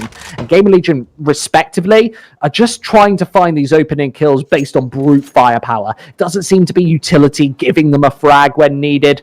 Just seems very, very convincing there from Winstrike in some of those performances. And we said that minimum of 5 would be good enough, or could be good enough, of course. With a minute left, they've got 5 rounds left in this half, and they've already taken that minimum benchmark. Exactly, yeah. Anything above this is, well, maybe not a bonus, but definitely just more and more and more to work with. And error with this AWP, prime position to get something done, but only if his teammates can support him. And oh my, 2 quick kills come in for Winstrike, and all of a sudden the 4v4 turns into a 4-on-2, and an open door of opportunity for them to get onto this site and get this bomb down. I think Gamer Legion are out of this one. They're not even going to go for the retake. Adam and Patrick just going to fall back, save these weapons. Yeah, and looking at the series in general as well that we have to talk about is, of course, Train, Winstrike's pick, and then we go through to Nuke later on as well for that second map. Both very defensively set up maps, of course, which should, on paper, really favour Winstrike. I kind of imagine them as a more defensive team. They've got the Dust 2s and Mirages to rely on if they want them, but obviously with that being the secondary ban for Gamer Legion, that's not going to come through in a series like this. Of course, Gamer Legion are probably going to be wanting to get Dust 2 out of the picture rather than an overpass here when you're playing against a Winstrike. You probably don't want to be playing a big favoured team on one of their best maps. I do think that Nuke for Gamer Legion is a dangerous pick here, but they couldn't have really gone towards a Mirage either, just considering that Winstrike are very confident on it, especially on those CT sides where they consistently seem to post 8, 9, 10 rounds. And I think that's what's so scary for Gamer Legion here on this first map as well, that Winstrike, they're playing on their less favoured side. Of course, Train, CT side, you're obviously favoured, and they're already losing rounds, big rounds as well. This doesn't seem like a massively convincing performance. They brought something to the table, but it's not a full picnic. Couple of rifles here for Gamer Legion to work with alongside just the pistols, so this should be a comfortable one for Winstrike to take, and you kind of blink, you forget about the importance of the scoreline here, especially on this T side of Train. But if they take this one, which they absolutely should, they're going to be on to 7, and that's superb. Anything above that is just awesome. So Winstrike, as they charge right through, they just have to make sure that they close this round out, which is very much looking like that's going to be the case. And then they can just power through and try and get Train over and done with. 1 versus 3, Adam coming in. It's the Fire Serpent. Needs to hit all of these shots, but he's already tagged down to 12, and Winstrike just going to take the round off the back of it. Another swing with a pistol from Elian, and he's 2-2 in those sort of engagements from the tag and then pistol frag. 7-5 for Winstrike, and I've got to say, Josh, that round was won solely off of the utility on that A-bomb site. 2 Molotovs landing, forcing Gamer Legion defensive members out, both between the bomb train and electric. So when you're 2 frags up without taking much damage from those players, you're pretty much guaranteed the round at that point, unless Adam goes absolutely massive. With Elian hitting the majority of his shots, it's just not going to happen, isn't it? A double up setup for Winstrike going into round number 13, as they are already looking very dominant. Talked about 5 or 6 rounds being good enough. 7, 8, perhaps more. Certainly a phenomenal half from the Russian squad. Oh, Hera. He's going to be annihilated as Elian walks right through too. You say that this double up setup on the T side, actually 4 on the server at the start of this round, not something you see all too often. And well, it seems to have worked out quite nicely for Winstrike. In fact, Train is one of the only real maps that something like that is viable. Here in round number 13, Winstrike very much looking like they should be able to put their 8th on the board and really break the bank of Gamer Legion right now, as it's a 5 versus 3. They've got this C4 down. Bondic knows exactly what's up, reads Adam's position perfectly, and Rusty and Zero, they're already going to make this save call. They are miles away and they're already being hunted. Oh. Another fast shot as well. By the way, yeah, 4 AWPs across the server, certainly viable on Train. 5 or 6 AWPs is actually viable in the Multinational League. Oh yeah, and XMs and Zeus's and stuff. Yeah. Yeah, I've heard that too. They keep challenging Alien. I've got to say, when do you learn your lesson? Doing the same thing over and over again is, of course, insanity. And Alien, he is just pounding every single member with that AWP, and it looks like Rusty shouldn't be able to save this one. Final flick to eliminate Bondic, and, well, Windstrike, they take a lot of damage, but they can brush that one off, considering they've got 5 figures in Hooch's bank account. See, those paramatch odds, Josh, it's Windstrike, big favourites, of course. That T side, you'd certainly be expecting them to be so, wouldn't you? Yeah, back to similar odds to what we saw at the very start of this game. Windstrike, they've gone over the benchmark and they've really actually crossed it by quite far at this point. 8-5 up. They'll be very, very happy with this half. And I don't think Bondic, I don't think anyone on the Windstrike side, in fact, will be too fussed about the kills that they lost in the last round. Obviously, they have so much money to work with. It's round number 14. They won't be happy about those initial engagements, but as they do manage to trade it out 3-on-3 here after a shaky start, as they look to press even further forward, and Error, really the only man that can pose a real threat here with this AWP. And he already has for that first kill, but doesn't want to over-aggress through the Molotov, remember? And obviously back towards the A-bomb site right now, not going to be able to deny the C4 from going down, so Windstrike into a phenomenal position once again, whereas Zero can actually pick up one of these rifles from the B-bomb site. A couple dropped, of course. They haven't been cleaned up, didn't get their Dyson out, and there is a rifle saved away. Lovely shot by Hooch, by the way. I think that was one of those, maybe he took a step as he shot, but I think that's one of those, when you watch it in slow motion, question marks fly as to how that didn't connect on my screen. Error certainly was on the money with that shot. 3 versus 1, Zero, of course, no time to get this defuse in, and no kit in hand either, so I assume he's going to try and grab that AWP after the round ends. That's exactly what he does. Lackey and Hooch dying, but they don't matter. It doesn't matter. They don't mind at all. It's round number 15. They've got so much money. They can buy whatever they want going into this final round and have a couple of auto snipers to spare. 9-5. Worst case, a 9-6 half. More than likely, a 10-5 Windstrike. This is such a super performance here on Train, especially after the shaky start they had. Yeah, so much money behind them, of course. Money's never going to be an issue. I think this is when you get a help to buy ISA and put your money together to try and invest into a new house. I was told, they were overhyped for me. I was told by a friend that you get so much more out of those than you actually do. And then in the end, I found out that they're just a bit lame. I've got a help to buy ISA with like the minimum amount of like £1 in it. Yeah, but I don't know. It's a conversation for another time, but I thought they were my great. friend was like, you get thousands of pounds towards your house, but you don't. You get like a couple of £100. What, out of like £100,000, you get a couple of £100? Yeah, it's like they contribute like 1% of the house deposit or something. Oh. So, yeah. I'm going to phone up David Cameron right now. Yeah, tell him you want more free money. And it's not fair. Not fair.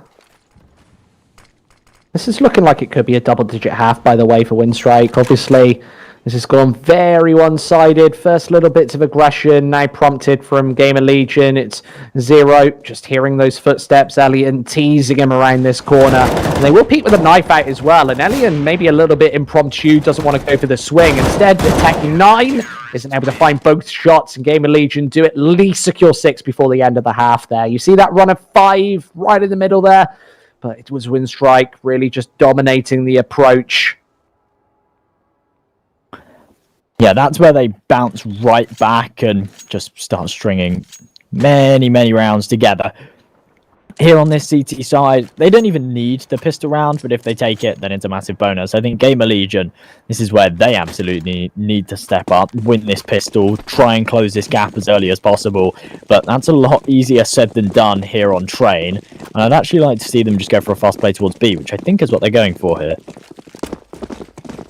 Yeah, and well, here comes the pistol up first. It's the USPS not doing any damage there. Hooch, couple of shots. He goes down, and Windstrike shouldn't be able to hold on to this B bomb site. They don't. 5 versus 3 now. Nickelback pitching in with the P2000. Has a chance to hit the shots, but nobody from Windstrike connecting. And this might be, well, consecutive pistol rounds for Windstrike if they can get back on the board, but I think they might split them 1-for-1 anyway. Lackey fast headshot there, but does connect with a second before going down. I think these are just consolation frags in the pistol as the kit goes completely walkie-walkie. I think Elian might just drop here.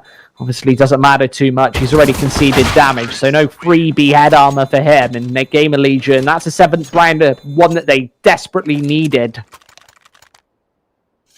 Absolutely, yeah. That was a really, really important round for them to pick up. And in doing so, it means that they actually have a fantastic opportunity to close this gap. The parry match odds on your screen once again, they seem to be shifting quite dramatically as these rounds continue to go back and forth. Of course, Windstrike still the hot favourites. This is their map pick and they're leading and have had a fantastic first half.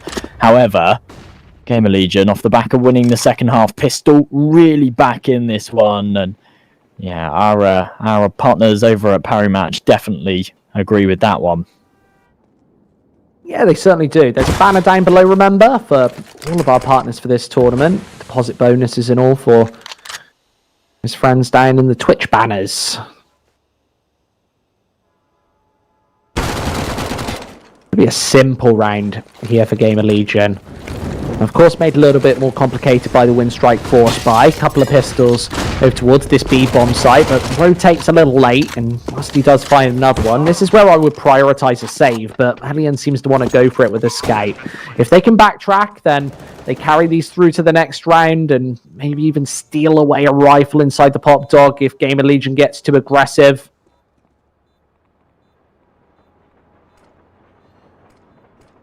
Yeah, I mean, I always say this, but they've got far more chance of doing damage with these weapons next round than they do here. As soon as they lose the opening men, they lose that B-bomb site, the best they're playing for is just damage. The round is just no longer in contention whatsoever. There's no kit in play and no chance that they convert it.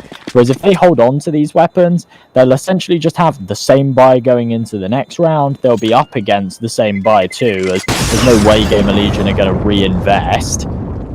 And they'll have another stab, another shot at trying to convert the force buy.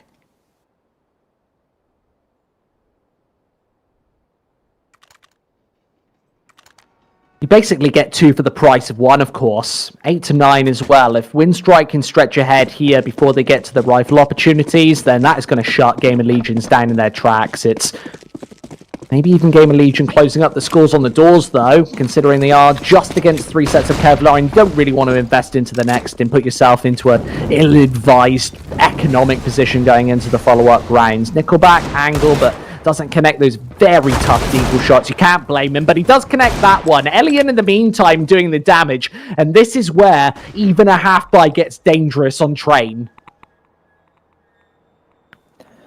How on earth is this working out so well for Windstrike? Rusty, he's so low right now. Holding on to this AK probably is his best bet, but if he drops, then there's serious problems at hand. Hooch gets taken out. Game Legion, as they still want to press on to this A-bomb site, they've still got 4 to contend with, and Rusty's eliminated. 4v2. Minute left on this clock. They've got plenty of time to backtrack if they want to, but it's such a long rotation that Windstrike will definitely anticipate it and run around and cut it off. And how do they even come back into this one? Of course, it has to be off the firepower of the Galil, but Dobbo is basically stuck in his tracks right now, and nobody is presenting themselves towards Adam. Just stuck inside the pop dog. Now going to backtrack towards the B bomb site. Maybe if they can take away Lackey, prize him off of this B site early. Of course, he's the only player without Kevlar currently on the server. The only player to drop for Windstrike is Hooch, but they have to dodge the scout. That doesn't happen. Goes for the peek, and Adam's able to take him to task as well. Lackey up close and personal. Damage dealt, and Adam's low on HP as well. Surely not going to get this one done, and Lackey converts the headshot anyway. Considering he didn't have any Kevlar, that aim punch would have been a real nuisance, but they don't connect any bullets onto him. Well, what a round for Winstrike to pick up. I talked about the fact before that Gamer Legion really needed to take the pistol and take those follow-ups to close out that scoreline and then work from there. But, well, they did the first bit, allowing Winstrike to win what is essentially a weak force buy. That's going to put them at a major deficit moving forward. They will have enough money to invest once again. Let's see if they can pull this one out the bag. If they can do so, they might be able to tie things up once again. If not, Winstrike, they'll be in a prime position to finish off what they started.